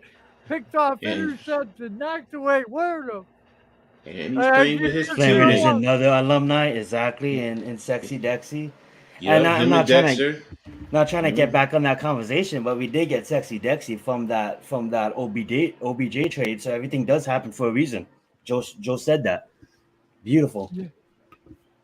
There you go, Joe. I love it. I love it. That energy is beautiful, man. I can feel it in the air Yes. tonight. Oh Yes. Lord. Yes. Hold Yes. What? on. Oh God. What the hell? What the hell is going on? No, Joe was talking about feeling the energy with the Giants, and I started with "In the Air Tonight." So by Phil Collins. So that's it. It's just I And now can there's feel and now the there's From in the coyotes in my the air backyard tonight. howling and hey, hey, cackling. hey. Thank you, I ain't no fellas. coyote. I can sing, brother. Don't go there with me. Don't go there with me, Lou. See, Whoa. I said, and now there's coyotes in my backyard cackling. Oh, Thank oh, you. oh, I'm sorry. I'm sorry. I'm sorry. My apologies. My apologies. I'm Coach wrong. thought you was calling Whoa. him the coyote. Yeah, yeah. I thought you were talking about me. Nah, bro. Nah. Brother No, can but Don't be sing. calling me a coyote. I can if sing. if I love that, if coach. if we can Oh yeah. elaborate on that, Yeah. I got the something here. energy. And they sell it over the You missed counter. that conversation. We already did. No, Joe, put that down. Put that down. What? It's over the counter. Yeah, I know, but no, not right Yeah, now. but they'll strike the channel. Oh, okay. But yeah, the energy is definitely different with the New York Giants this year. Mm-hmm. Mm-hmm. Haven't felt this energy about the New York Giants in a long time, man. Maybe since the Super Bowl season. It really wasn't like that the Super Bowl season, to be honest with you. That 2011 season, we snuck up on people that year too. But Mm-hmm. this year, you can hear it in the media as well. They know what's coming. It's just that they trying to hold face because they bashed Daniel Jones so bad that if he turns out to be good, they look fool. They Sucks all to look be foolish. wrong. Yeah. Yeah, they all look foolish. But I truly believe that with the roster that they have built this year, if Lou is correct in saying this offensive line can be even top 20, if you give Daniel Jones time this year, you're going to have a problem on your hands because you have too many people out there with too many different skill sets, and we can attack you in too many different ways this year. Like you really got to be a great defense to be able not to get that pressure on us like you have previous years and stop us completely. Because when you got Barkley on the field, when you got DJ who's a weapon, when you got Waller who's a weapon, when you got Hyatt that's a weapon, when you got Campbell that could be a weapon, when you got Slayton that could be a weapon, when you got Hodgins Bellinger. that could do what he could do, when you got Bellinger that could do what he could do, even little Wandale Robinson, if he gets going against you, you got a problem. So you gonna have to be on your A game to beat the Giants this year. To be honest with you. Ooh, you got it. The glamorous life. Ooh, ooh, you got it, I So, have to man. go I'm eat some telling dinner, you. guys. But hey, I appreciate you guys having me on. all Keep right, doing what you guys are Zion. Hey, doing. Let's hey, get it. Big hey, Blue Crew for life. What's hey, good, Lou? hey, you. Yes, you. You better put out the next one and the I next just one. dropped 2 videos today, like in the No, no, span no, of no. I two want to hours. see But I'm gonna all keep on coming. 32 teams ranked. I have to launch 4 videos a day for the next week. I did the math already. I don't care. Yep. I It's want to see coming all out. of them. Let's get it. Thank you, guys. Zion Zenith, go subscribe, ranking all the 32 teams and a part of this Big Blue Crew collab. Let's get it, guys. Appreciate you, Pat. Appreciate you, Lou. Coach, Classified. It's always a pleasure having you, seeing your face, man. Bless up. Y'all have a good night. Let's get it. All right, Zion. Peace. Always good to see Zion, man. Part of the Big Blue Crew. Little guy. It's my Lazy albino at times. Ewok. Right. But yeah, man, the energy is definitely different with this team this year. And I just want to see them win, man. I don't care if DJ doesn't throw 5,000 yards and all that stupid stuff. Oh, he has one weapon. Now he has to break the single season record for yards because he has one weapon. It's like ridiculous. What's this? But We'll win the Super Bowl. They still talk junk because he didn't have 5,000 yards. mm-hmm. Oh, we won the Super Bowl 20-17. The defense won the Super Bowl. Well, thank you, defense. he's gonna You know he's what I'm gonna wear saying? the same ring as the defense did. Right. Mhm. So It's a it is team what it sport. is. It's a team sport. But the scariest part about this team, and I'm talking about in kind of a Yours. uh 450 red zone. what's going on, guys? Thank you guys for What's tuning up? in. Hey, I ain't seen you 450 Red Zone. Hit that like and subscribe button for us, man. Thank you for tuning in. He says, Please can a do, Giants man. offense protect Daniel Jones and give him the extra 2 seconds to throw the ball? I was just getting ready to talk about that too, Mm-hmm. 450 zone. The thing I'm worried about, man, is the guard positions. Is Glowinski still going to play like a turnstile? And can Azudu and Ben Bredesen, whoever's in there, let's just say the combination of those two guys, can they get the guard position down to where Daniel Jones is not running for his life? And I have to mention Evan Neal as well because he's a key. If Evan Neal holds it down, Daniel Jones can maneuver in that pocket for sure. But he's definitely going to need his guards to hold it down. And scale to 1 to 10, Lou, how worried are you about our guards this season? How 10 being really worried? Yeah. 3. So basically, you're not worried, pretty much not worried at all. I think we got the right coach in the building that will chew a chunk off their ass if they make one mistake, and they'll think twice about making another mistake. Okay. I think they Coach. respect him. Oh, I think they go ahead. play for him, and I think that he'll get him right. Coach. And I'm Two talking about point Dable, not Bobby Johnson. 2.27. 2.27. Okay. Why are you so low on the Richter scale? I just have a belief that the offensive line is going to work their way into shape because number one, we're going to be able to run the ball because it's going to be because of the skill guys that we have on the outside, because of the speed. A lot of teams are not going to play an 8-man box. They're going to play too high. And if you do that, we are a good run team. That I will say. We can definitely move guys in the run game. Evan Neal can definitely move. Now, Glowinski, if he plays with a good base, he can move you. You know, he can work in combination to get to the second level. I don't have an issue there. We already seen what Schmitty can do.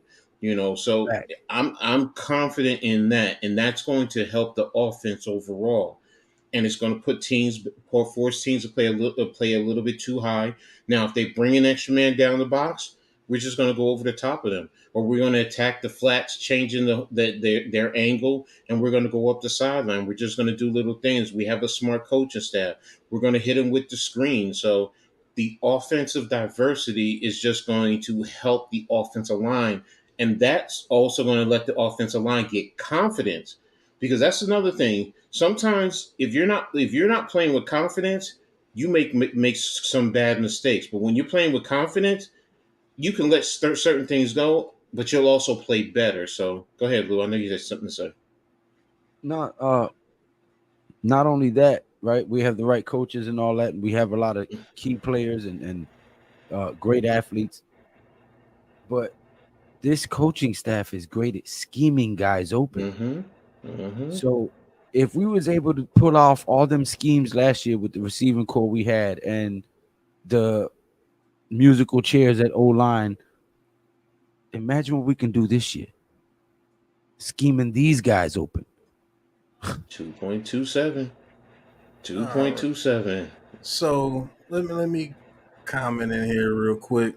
Shout out to the new people in the chat. Ghost Dog. Well, I think Ghost Dog was here, but Tommy, what's going on? Another guy, Corey Allen. I don't know if I've seen you before here. If not, hit that like and subscribe button for me, and I will answer your question. He says DJ has to throw, or his next growth step is to take the receivers and not throw them into getting hurt. How about he keeps them or leads them into a good throw? Please comment. So, what Okay. I'm going to ask you, and then I'm going to answer your question, Mr. Corey. Hopefully, you're still in the chat. How many receivers have been hurt because of a DJ throw in his career? How many times have you seen a receiver get hurt with DJ throwing the ball to him since he's been in the league? Name one receiver where he threw the ball to him, he got hit. It's like, damn, Daniel Jones. Name one pass. I don't know of any, but that's what the media have you believe. So why was Slayton Fake and Richie news. James, Fake huh? news. Fake Why news. was Slayton and Richie James able to catch the ball and get yards after the catch last year, and they were barely getting separation? So Daniel Jones can't lead his receivers now. Okay. Somebody like Hodgins could catch the ball and get 15 yards after the catch. And we all know Hodgins is no speed demon, but he put the ball in the right place where he can lead them to get a touchdown. Like I don't understand these type comments, because when Daniel Jones has time, he's carved people up. Look at the games where he's had time. He's carved people up. That's what he does. He's an accurate passer. Like he had a 67 completion percentage like last year with those guys. So I don't know where that comment comes from. Shout out to Mark Stewart, who became a member of the Big Blue Crew and is talking this talk with Big Pat Sports Talk for the next 12 months. Thank you. I'm glad you said that. He says not many, but he did throw Darren Waller on his drop into tight coverage. He did get hurt, but he didn't get hurt, but got sandwiched and dropped the pass, but it looked bad. Well, this is where football knowledge comes into play. Not saying that you don't have it, but when Jalen Hyatt ran that route and he got pushed into the center of the field on that post route, it allowed the strong Mm-hmm. safety to come Mm-hmm. down and hit Waller on that pass. He led Waller exactly where he was supposed to be. And if that dude had to run with Jalen Hyatt on his post route, Waller would have had an extra 25 yards on that play at least, to where he threw that ball. See, I want you guys to really look at the plays instead of just the result. Find out why the result happened. That's what I love doing in school, and that's why I got kicked out of classes sometimes, because I figured out why it happened, and I'd be like, well, teach this. It happened because of this. Get out the class, Pat. Yeah, you too. Get out the class, Pat. And I'm like, well, okay, but you can't suspend me or anything because I did what you told me to do. I researched. Yep. Don't like how, but I Right. did. When you go out there and you look at that play, Mr. Corey, appreciate you coming in there. Appreciate you being respectful as well. When you look at that play and Jalen Hyatt got pushed in the middle of the field, it allowed that other deep safety to run back with him and not the strong safety. And they allowed him to stay there, and he saw Waller come across the field, and he was able to lay a hit on him. Now, could have Daniel Jones thrown in a little bit earlier? Yeah. But the play was designed to get Waller all the way towards the sideline and let him catch that ball and run up the sideline because that safety had to deal with Hyatt's speed. Now, that's what Hyatt has to work on for him to turn into an elite receiver. When those dudes press you, you cannot allow them to control you on your route. You stack that DB and you run your route, and a lot of people are going to have to follow you because you're too damn fast. That's the only way they'll be able to stop his speed is if they're able to control his route. If you can't do that, you're not going to be able to do anything with Jalen Hyatt. But that's why Waller got hit right there. I cannot put that on Daniel Jones. I have to put that on Hyatt. You wish, Cupcake. But shout out to Corey. Thank you. Hopefully I answered your question, Yourself. bro. What happened? I said you just exposed yourself. But Hilltop, what's going on? Jers. He says, why Colin Cowherd compared Daniel Jones to Alex Smith, basically calling him a game manager quarterback because he's never seen Alex Smith with any weapons around him. That's a true statement about Alex Smith because he had Kelsey, he had Tyreek Hill, he had McCole Hardman around him, and he still was like a dump down type quarterback. He's had Terry McLaurin and them boys over there in Washington their second year, and they were a dump down team. That's a true statement by Alex Smith. But you've never seen Daniel Jones with receivers of that caliber. What else are you going to do when you have receivers that can be covered by third cornerbacks? That's crazy. I want to answer that question for Corey Allen at 11:07. You said 11:07, so right here. All right. Corey, there's one thing. First and foremost, it's what is the read progression? I mean, that's the first thing. I mean, is it left to right? Is it high to low? I mean, a lot of times we look at things as fans and we see things opening quickly, and we're saying, why isn't he seeing it? It's what is the progression? First of all, is he supposed to look deep first, coming down? Which I think that's what it is. It's look deep, come down to the crosser. And then it's also, if I'm not mistaken, it was play action off of that. It was run action. So if I remember correctly, he had to turn his back, fake the handoff, and then turn around to get to his read. So sometimes it's not as easy and as quick as you think, to anticipate because, I mean, is he reading high to low? Because if he's reading high to low on that, because that's what you're going to have to do, because you're going to need a vertical to go to clear it out. And if they're sitting shallow, then you're going to go over the top and you're going to send it right to Jalen Hyatt, who's going to burn the back end of the defense.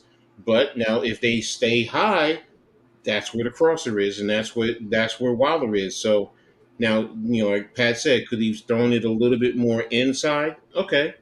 But how much more inside? I really don't think it's too much inside. It's so can you throw it sooner or later? It depends on your read. That's the biggest thing. If they're sitting low, go over the top. If they're sitting high, hit the crosser. I hope I answered that question. Go ahead, Pat. Yeah, that's very true. Because if he hits Waller very early on that play, maybe we get 8-9 yards instead of getting almost 30 yards if we could get it to them outside. And then he's doing exactly what you guys criticized him for last year. He doesn't look deep. Well, the reason why he threw it to Waller across the field late, if you want to call it, is Right. because he was looking at Hyatt to see if Hyatt had one-on-one coverage. And if he had one-on-one coverage, guess what Daniel Jones was getting ready to throw that ball? Deep. Deep. Mm-hmm. Pause. You're Man, that. welcome, brother. You're welcome. Hey, Miss Ronnie, what's going on? Thank you, Miss Ronnie. Hey, thank you for the 80 people in the chat, but we only got 59 likes. Quit being ninja watchers, people. You're doing me dirty. Mm. Hit that like button, man. Hit that like button. Hit that subscribe button if you're new to the channel. Definitely appreciate you guys being in here, man. Love doing this for you guys. We are the Big Blue Crew. And this is where you're going to get some of the realest Giants content on YouTube, man. Support the fam, cuz. Hilltop Mock says he sees Waller getting 800 between 800 and 1,000 yards. I definitely can see him breaking the catch record of 110 by Jason Witten. I definitely can see him breaking that catch record because if these teams are hard-headed this year, Ronnie, and you just want to sit back because we have speed, Waller's going to eat that whole game until you finally realize that we have a quarterback that's going to take what you give him. He's definitely going to eat this year. Bookends, what's going on? He says DJ, what Corey says, DJ can get timing with the receivers. It's a work in progress. I think he has timing with the receivers. They just got to get open. And sometimes he did throw people open, but hey, keep that quiet because I guess you're an idiot if you say that about Daniel Jones. But he's proven that he could be a good quarterback to me. Thank you, Coach, for putting the links in the chat. Mm-hmm. The offensive line in general, though, if 1 to 10, I'm going a 4 or 5. Like Lou said, about 4 or 5. Can I have a say on this real quick? Mm-hmm. 0. You know why I'm going to say 0? Now listen. This makes a lot of sense. The other guys are in tune and playing towards defensive or offensive coach's mind, correct? Mm-hmm. Mm-hmm. They all who they joined the team, signed I will play. Now we know that our left tackle is in. Our right tackle, he's supposed to better be in. The center, second round pick. There's 3 high draft picks. Now that I've never seen that done and have it work. But it could work, and Joe Shane is proving it to work. We just need 2 guards. Now, if the 2 guards want to play, they better. That's all I can say. They better work or hit the door because he's gonna get somebody in there who can get it done. Yeah, So he do is. you want to be there with this team? I would. If I'm part of that 53, I'd say hell yes. I want to win the championship. They're gonna win the ring. I can see it. You better play. Okay, cool. Okay, it's good. nah, there ain't no fear in him, King Jers. No, there's no fear in the center. We gonna go. I'm gonna probably But go you're about. right, Joe. Yeah, you're definitely right. I'm gonna go about 15, 20 more minutes. So let's get one more subject in there. This is one I want Lou to jump off before we get off the air tonight. Okay. Saquon Barkley. Man, come on, man. You already know what it is, baby. Does he reach 2,000 all-purpose yards this year? And if he does, is that a good thing? It's a catch-22. Great for the team, not good for DJ. Great for Barkley, not necessarily great for the Giants because they might trade him. It might add to his value and then they'll trade him or something. Hopefully not. But I believe he will reach just barely at the 2,000 mark or slightly over, like 2,003, 2,002 yards, all-purpose yards. Believing that will be about 800 receiving and about 1,200 on the ground. Okay. And the reason I say it'll be bad for DJ is because they're gonna try to give all of our winning credit to Barkley and not try to give any to DJ. All right, now that's just pronounced Schmitz, not Schlitz, okay? Like the beer.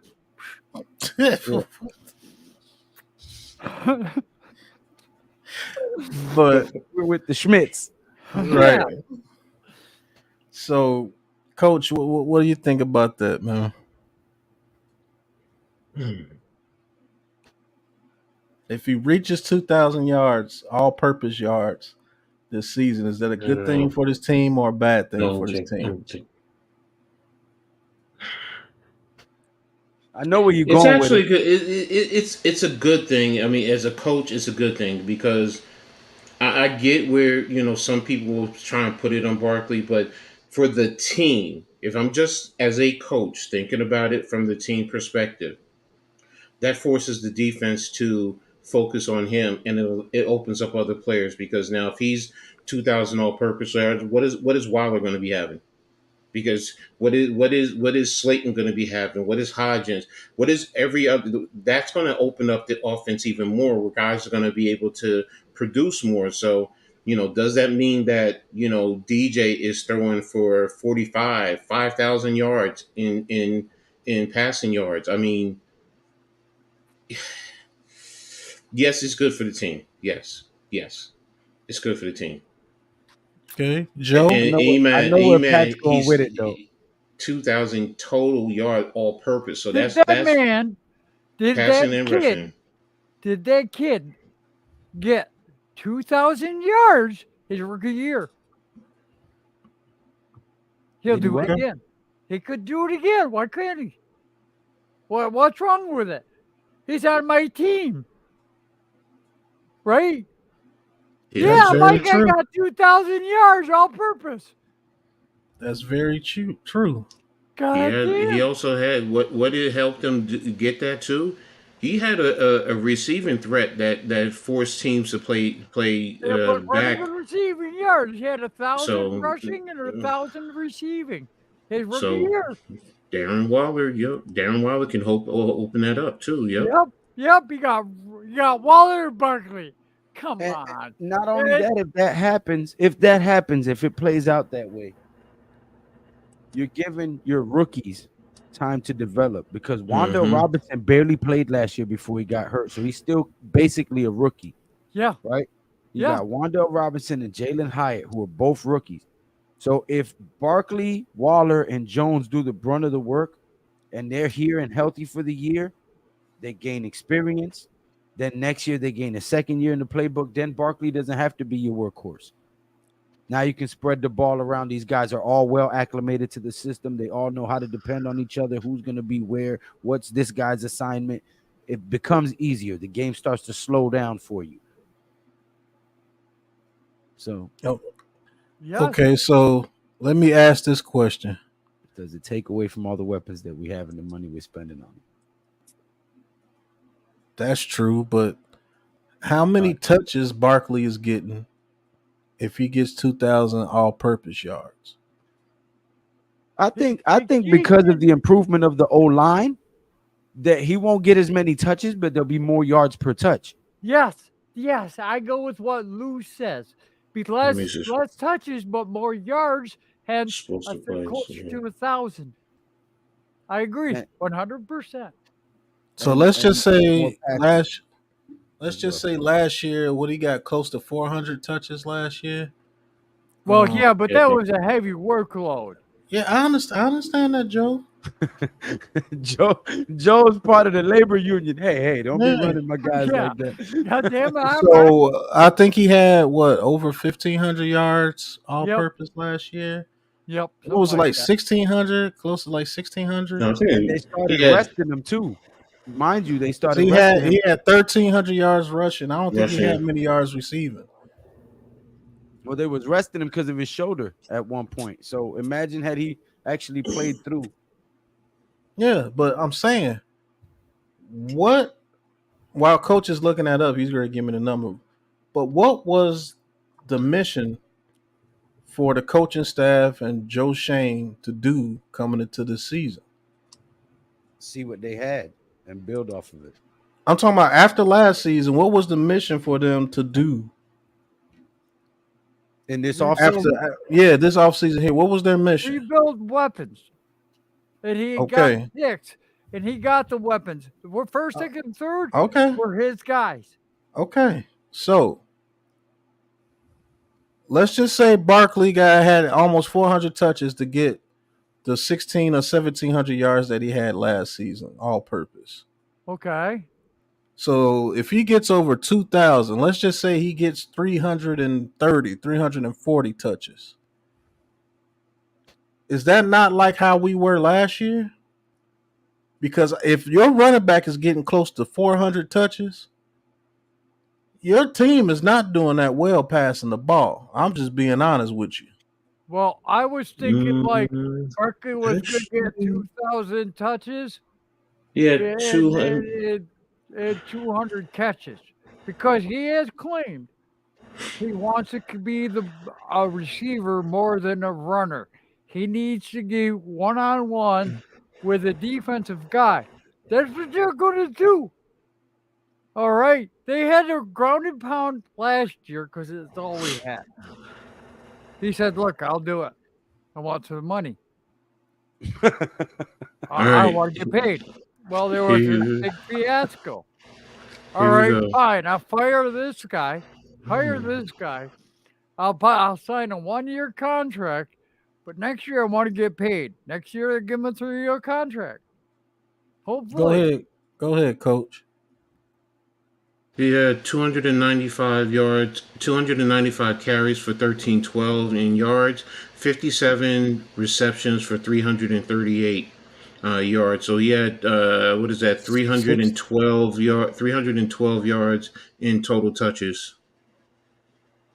With 300 and yeah, 312 touches.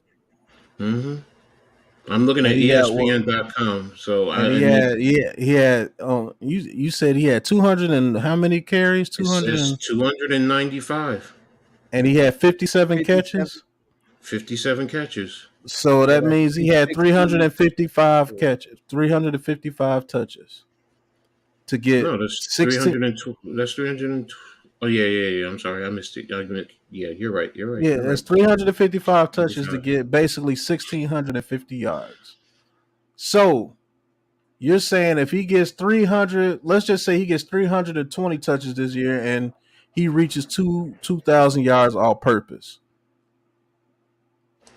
Is the mission a failure or is it Hell, did they complete did okay, they complete From did the they angle that complete you're their coming, mission? no, the mission would not be successful if he's still carrying the brunt of the workload with all the weapons that we've acquired.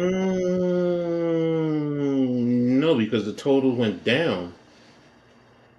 It went down by like 30 touches. Yeah, and he gained more yards. He's getting almost 400 more yards. So that means he's getting more yeah, explosive right. plays. So it's more explosive. So it's successful because yeah, he's doing that. But it goes back to what I said. What's happening with the other guys? Because That's the now point. What's the over and under That's on Barkley? Did the touchdowns? What, 9? I think Barkley gets at least 10 rushing touchdowns again this year. And I think he gets 3 or 4 receiving touchdowns this year. I think he actually gets more touchdowns, but I think he gets less yards because this offense is not going to be how it was last year. Unless Saquon Barkley is a focal point in the pass game this year, and I mean a focal point, I don't think there's no way possible he gets 2,000 yards all purpose.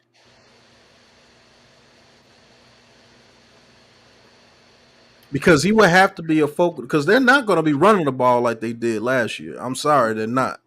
If you're expecting them to come out there in 13 personnel, what's going on, Tommy? You might not agree with it. But if you're expecting them to come out this year in 13 personnel and run straight at you I'm in the expecting middle more of of the a field spread. like that, yeah. So unless we're running a bunch of draw plays or running a bunch of RPO, we're handing it off to Barkley a lot. I don't see no way possible he gets 2,000 yards unless he's just breaking loose at least 2 to 3 times a game with like a 50 to 60-yard touchdown. And if he's doing that, then we blowing teams out. Based on your argument, Pat, though, because if he gets 2,000 yards and we're saying 300, a little over 300 yards, I calculated per touch. That's rushing and passing. That's about 6.2 yards per touch. That's amazing for any type of skill player or running back. I'm sorry, for a running back, because if you're factoring, because usually your rushing is going to be between 3 and 4 yards, somewhere in that range, and your passing is going to be a lot more. So to get 6.25 yards per touch, yeah, that's explosive. That's dangerous. Has that ever been done? A Barkley, No, a running back with almost 7 yards per touch. That's barely been done in college. Yeah. I think Adrian Peterson did it. Thurman Thomas did it. And I think Gordon did it when he was with Wisconsin. So if there's no way that man averages 7 yards per touch unless we are killing teams, and I mean killing them. 44-0, something like that. Yeah, Dash, I'm with you. Probably 14 to 15, which is going to be about what he was last year. Because last year he was about a little bit over 16. Yeah. I want you to do one last thing for me. Okay, well, even if he finishes with 1,600 all-purpose yards, that's not bad. That's a great season. I'm not saying that's a bad season. I said, does Barkley getting to 2,000 yards all-purpose, does that hurt the mission? That's what I'm saying. Coach, I want you to look up one last thing for me before we get out of here. We're going to have one last conversation. Look up Barkley's rookie year and the touches he did to get those 2,000 all-purpose yards that year. Mm-hmm. Okay. And I put something in the private chat for you, too. I know he had 90-something catches his first year. Mm-hmm. What year was that? 2018. Okay. 2018, yeah, I think that is 2018. Because they NFL.com. Oh, yeah, Coach, I can believe it because Daniel Jones on second down. Man, Daniel Jones was probably one of the best quarterbacks on third down last year, too. But I want to know the touches that Barkley got his rookie year to get those 2,000 yards. 261 and 261 and 91 is so that's 352. 352, yeah. So 352. So he had 355 this past year, and he had 1,600, and he had 352 his rookie year because Eli Manning was feeding him the ball immediately. So and he had 2,000 yards. Yeah. No, you guys. So based on Barkley's history, he's going to need anywhere from between 320 to 350 touches to get 2,000 yards. Go ahead, Joe. Do you guys realize how wide open the running lanes are going to be? That's what I was about to say. We're talking about those touches with a different offensive line that was way inferior to what we have now. Yes. Okay. So you believe that Barkley can get 2,000 all-purpose yards with less than 300 now that we've touches. broken it down, no. Now that we've looked into the stats, no. But I think he can still get 1,600 yards. That's cool. With maybe 290 touches total. Yeah. If I truly believe if he gets under 300 touches, he's still going to get at least 1,400 to 1,500 yards all purpose. Okay. I truly believe that. Truly believe that. But I asked the question: if he gets 2,000 yards all purpose, does that hurt the mission of the team? I say no because it's going to take away for some other players that might be big time plays. Come on, guys, we can't realize this is just a one leg pig to the rodeo, It takes all set things to build it and work on and trust. It's all got to come together. What I'm getting to, Joel, I is know what you're saying, but the answer is yes and no. Because yes, it hurts from the point that you spent all this money to acquire all these guys to make it a great, spectacular offensive demonstration. Right. And then you turn around and basically use your workhorse. So you basically spent that money for nothing. Right. So yes, it hurts the mission in that sense. But if you're winning games and you're getting championships, then it's helping the mission because the overall mission is to win. But my question is this: my question is this though, because if he's getting all of that, say he's getting a lot of this because of the rushing game, our defense playing a lot. Our defense is playing a lot of too high because they're trying to stay outside, or they're trying to keep us from not going deep. So it's kind of a catch-22 because. Yeah. Is it getting that because that's what the defense is giving us? Is it because he's going against a lighter box and he's getting a lot more rush yards? What is Darren Waller getting? Does Darren Waller have 1,100 yards receiving yards? I mean, what are the other guys? Because now, are we saying that they're going to have 300, 400, 500 yards in total receiving yards? I get where Pat's going, and I understand the purpose, but it's kind of hard because it's an incomplete.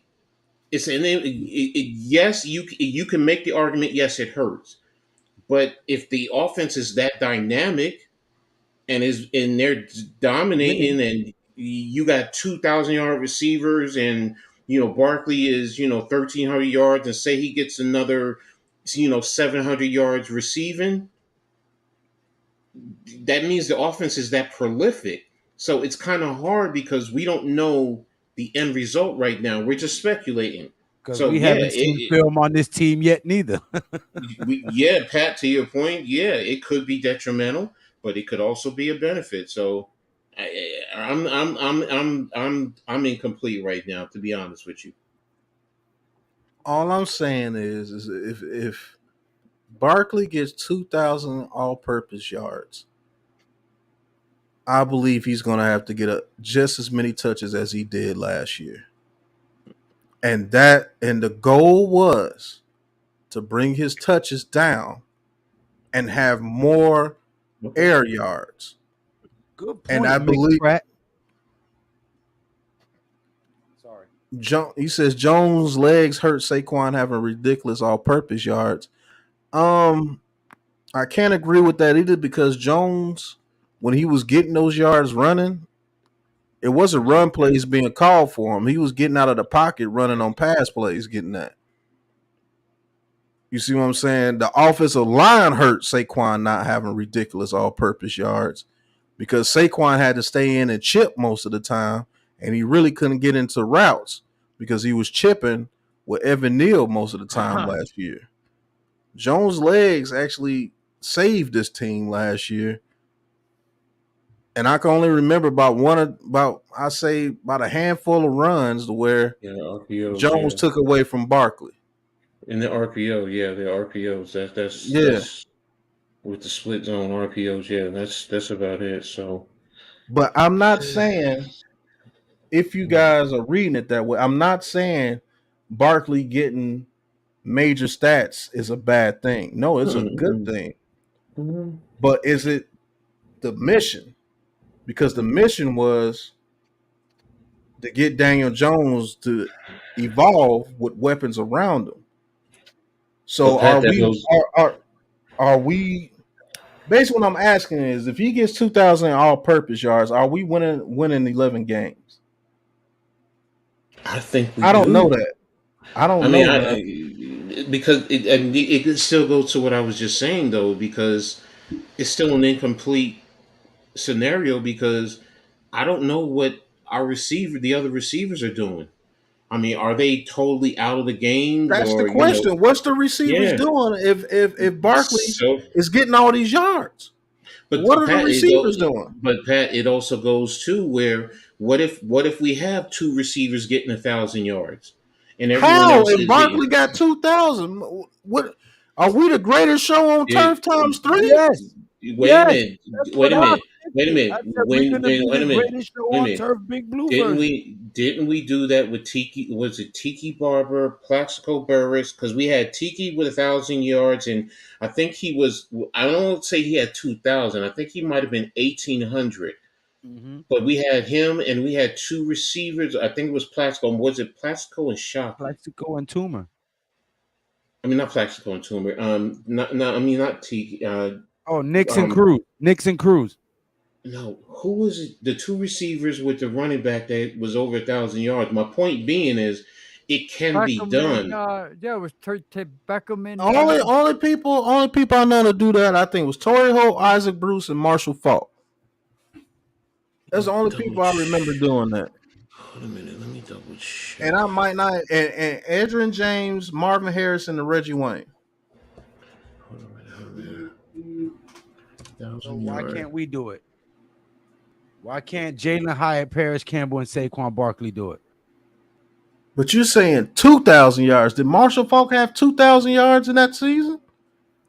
All-purpose yards? I think he came close. I ain't gonna lie to you. I think he came real close. Okay, so is Marshall Faulk better than Saquon Barkley? Yes. Yes. And I say that quickly. Yes. Mm-hmm. Marshall Faulk was a bad motherfucker. Now, you could argue me to the end of time with that. Marshall Faulk was that dude. Bad motherfucker. He was a bad motherfucker.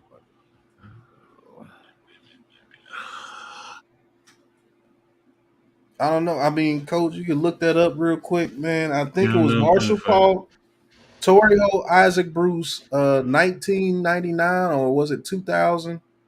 No, we were 2000. So it was it had to be 2000. No, after or 2001 against the Ravens. It was Odell and Victor, but who was the running back that season? David Wilson. This was in. Hold on a minute. This was what year was this? Marshall Faulk had 2,400 yards all-purpose that year in Montperry. He had 2,400 yards all-purpose that year. That is ridiculous if that's true. Hold on. Because if he did that, then yeah, it could be done. If he had 2,400 yards. Yeah. No, is Saquon Barkley the man to do it? I don't know. But he's got a good chance. But it's a different game now. There's another game. You gotta rest and recuperate. 2011. But you gotta use. Holy crap! He did. What? Damn! In 1990, yeah, it was 1999. He had 2,000. He had 2,400 yards on purpose that year. Yep, 1384 rushing and 1048 receiving. Damn! Oh my goodness! So you telling me Barkley can't get 1,300 rushing, 1,400 rushing, and 500 receiving? Rushing yards.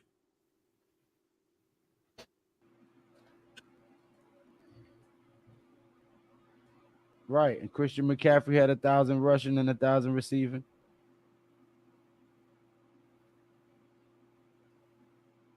Okay, no, we had two receivers. We didn't have 1,000 in 2011.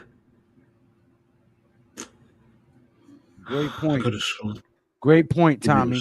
If Barkley did what he did with defenses loading up the box and anticipating rushes and no respect for receivers going deep, Barkley is going to kill it easily with these weapons downfield to cover. Okay, so Torrey Holt had 1,600 yards. Well, Marshall Faulk had 2,200 yards. Let me go Isaac Bruce.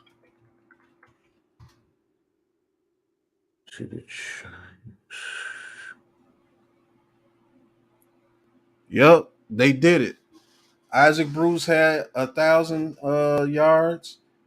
1,100 yards. Torrey Holt had 1,600 yards. Marshall Falk had 2,200 yards. So yeah, they did it. I said we're going to be the greatest show on turf, Big Blue version. So yes, I'm standing by my statement. So yes, they did do it. Okay, so it has been done before. No, now Barkley might not be the receiver that Falk was, but he will also remember that he wasn't All right, I was wrong. the receiver that Saquon is now. It's a different game. We got to take that into consideration. It's a different time. It's much easier to pass now. I'll tell you that. Yeah. But I have to step back a little bit because it has been done. 2 receivers with over 1,000 yards receiving, and a running back with over 2,000 yards. Yeah. So that has been done. Shout out to Michael Matthias. Appreciate you for the $1.99 super chat. He says, "Greatest show on turf for a reason. We can try." All right. So yeah, Yeah, and I was wrong. We didn't have two with a running back, so it was 1-1. So I was I know we've never done it in our history. Yeah. No, but we had the 3-headed monster. Boy, was it 90? But Joe, what I was saying is how can you have 2 receivers over 1,000 yards and a running back over 2,000 yards? And I was proven wrong. The greatest show on turf, which Lou has been saying. I guess that's what he was getting at. It was done, and Marshall Falk actually had 2,200 all-purpose yards, and freaking Torrey Holt had 1,600 yards receiving, and Bruce had 1,200 yards. Oh my God, I remember. He had 2,400. He had the year that they did it. They broke it. Yeah. 2001. Okay. Because Bruce in 2000 only had 850. No, Holt was a rookie. He only had 852 yards that year. But now, next year.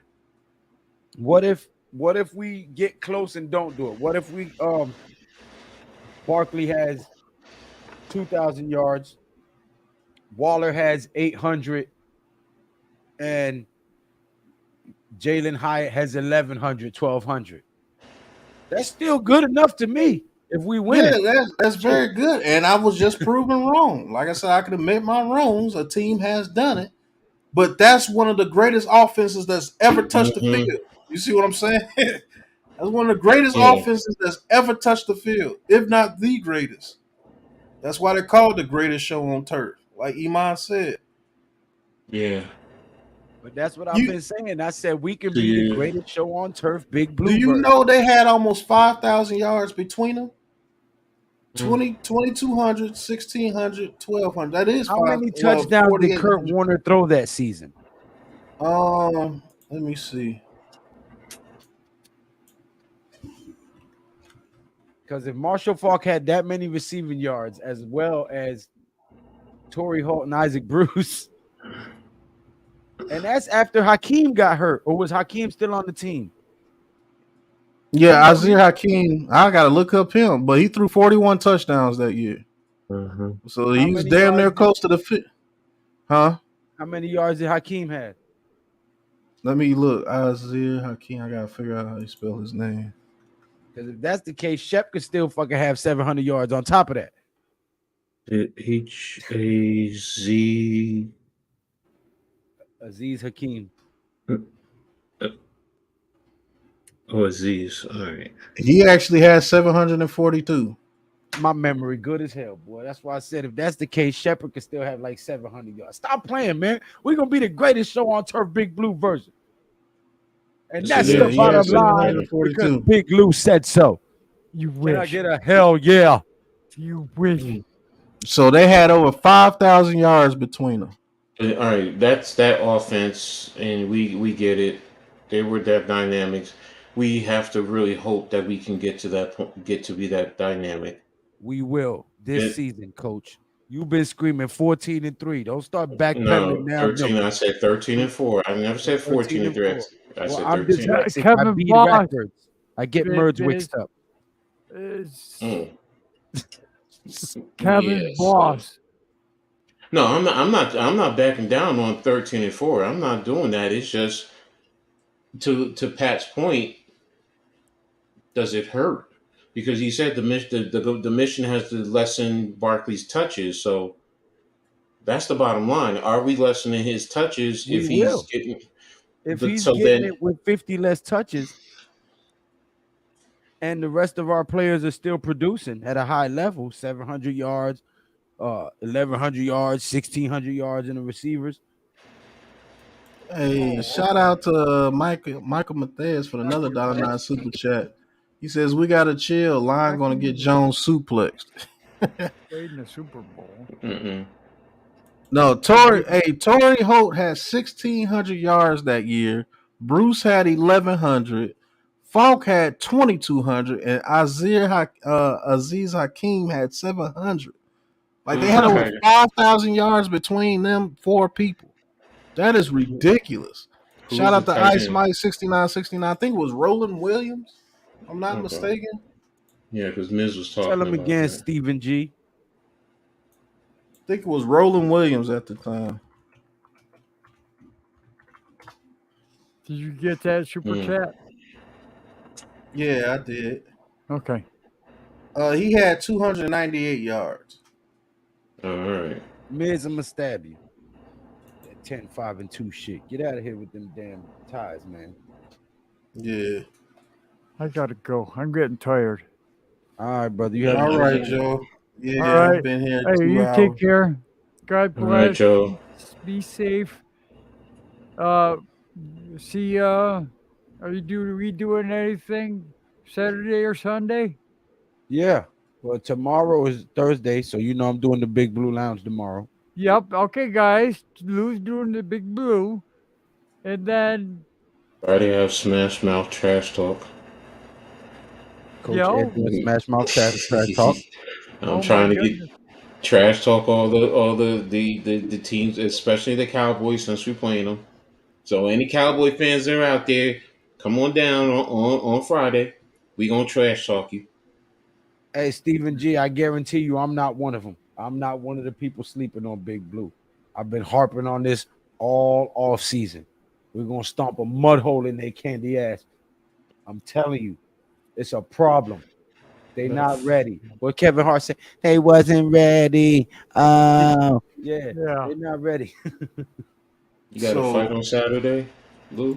Yeah, UFC. Okay. Got Oh, that okay. It Saturday. beats UFC. All right. Take care. All right. All right. Go subscribe to Classified 3F with Joe. I'm gonna show up your door with stink bombs, Okay. heart spray. We forgot about on NYG too on Sunday. Yeah, NYG early Sunday. I probably We're go all going live. live on Sunday at some point. Yeah, they already know Mhm. Sunday's the day. Sunday. I'm gonna be So, swinging all over the place on Sunday. G Nation's prediction about the greatest show on turf, the greatest Smurfs on turf. Well, we ain't got Smurfs out there no more, man. Um, it has been done. With a running back over 2,000, two receivers over 1,000. That has been done. One time, I think the coach did it one year too with Reggie Wayne, Marvin Harrison, and I believe it was either Joseph Adai or Edgerrin James. It was one of them. I want to say it was Edgerrin James. But man, if they do that, Yeah. yeah, it's gonna be ridiculous. So I stand corrected. I still think Barkley getting over 2,000 all-purpose yards defeats the purpose. But if they get over 1,000 yards receiving with two receivers, doesn't matter which two receivers do it, whether it's Waller or Hyatt or Hodgins and Slayton or Campbell and Slayton Campbell. Robinson, it Yeah. doesn't matter who does it. It's been done. And if we got that much yardage between four people, somebody getting their ass whooped. That's all I can say. If you good grief. No wonder they went to the Super Bowl that year. This Man, that is is gonna be ridiculous. a hell of a season, bro. And I will say this. Even if that prediction doesn't come through, right? Like seriously, we have a stacked team. We haven't had a team this good in a while. It feels good to have confidence going into the season. Right. You know what I'm saying? Like, we've been down in the dumps for so long that it's turned our fan base into cannibals. We be eating, pause. We eat each other alive on these chats and Twitter Spaces and all of these social media platforms. We've become a cannibalized fan base. We've been trashed for so long. So it feels good to see some upside finally, to see some light at the end of the tunnel, to see some of these guys coming out here excited to be a part of the New York Giants with a coaching staff that's excited to coach these guys up and get them out there, get fired up, and yell at them when they need to. And damn it, I'm excited. So subscribe to my channel, or I'm gonna come and spear your ass with shoulder pads. Hey, thank you guys for getting the stream up to 81 likes. We had up to 95 people in the chat tonight. It's been Sir, a great stream, man. I appreciate you guys. Shout out to oh man, I forgot who Timmy, what's going on? Just seen you, Mark Timmy. Stewart became a Yeah, member Mark. for 12 months. Yeah, Mark Stewart becoming a member, talking his talk with Big Pack Sports Talk for 12 months. He's been a member for a long time. He's just renewed. So appreciate you, Mark Stewart. Michael Matthias, hit that like and subscribe button for us. Appreciate you coming through. Tudo, hope everything is well with you. I know you're asleep by now. Iman, Stephen G, Timmy, Robert Burr, thank you for coming in. Hit that like and subscribe button for us. Womp Bag Doodle. What a name. Hit that like and subscribe button for us. And New York Giant fan for life. Ball What's going spread on? wins chip. Right. Man, all the new people that came in tonight, man. Thank you guys for tuning in. Any last words before we get out of here? Oh, no Mets, Taj, Jers, Tommy, BK Goodson. Andrew was in here earlier. What's going Ice on? Mike. Yep, Ice Mike. Man, there's a lot of y'all in here, man. Dash. What's going on? James. What's going on? James H. What's going on? J-Lay. D. Neezy was in the building. Shout out to D. Neezy. AJ Kareem was in the building. Thank you for tuning in. Hayes Windu 007. Thank you for tuning in. I believe I've seen you before, but if not, hit that like and subscribe button for us. Man, appreciate all you guys. Hilltop, Ghost Dog. Man, the list goes on and on. Miss Ronnie was in the building. Craig was in the building.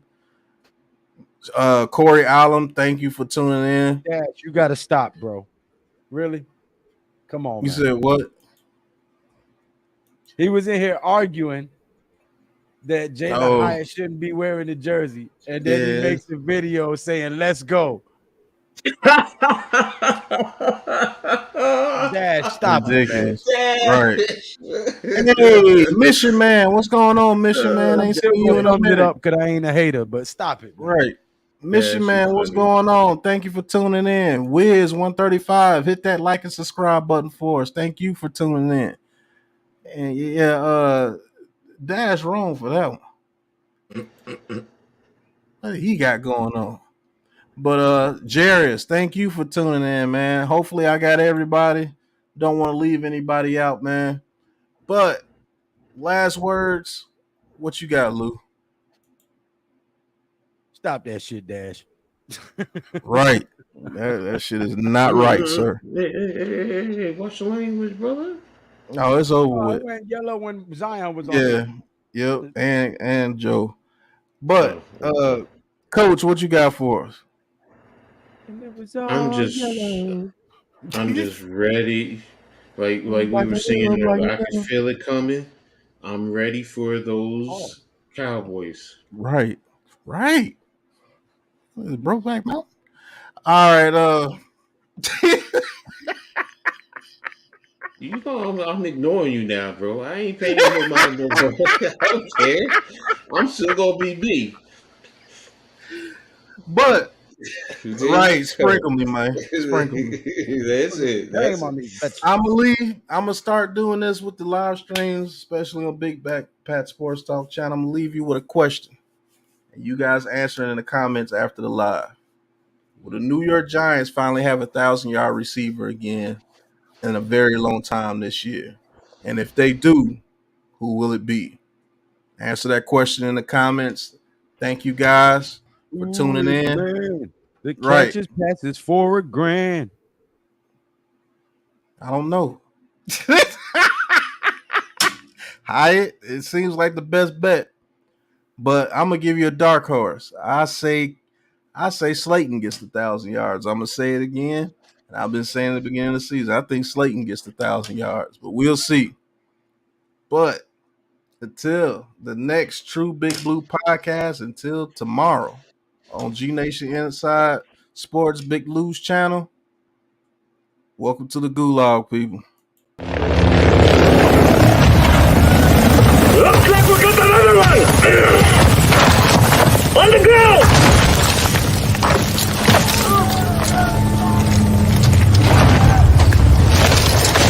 This is the Gulag.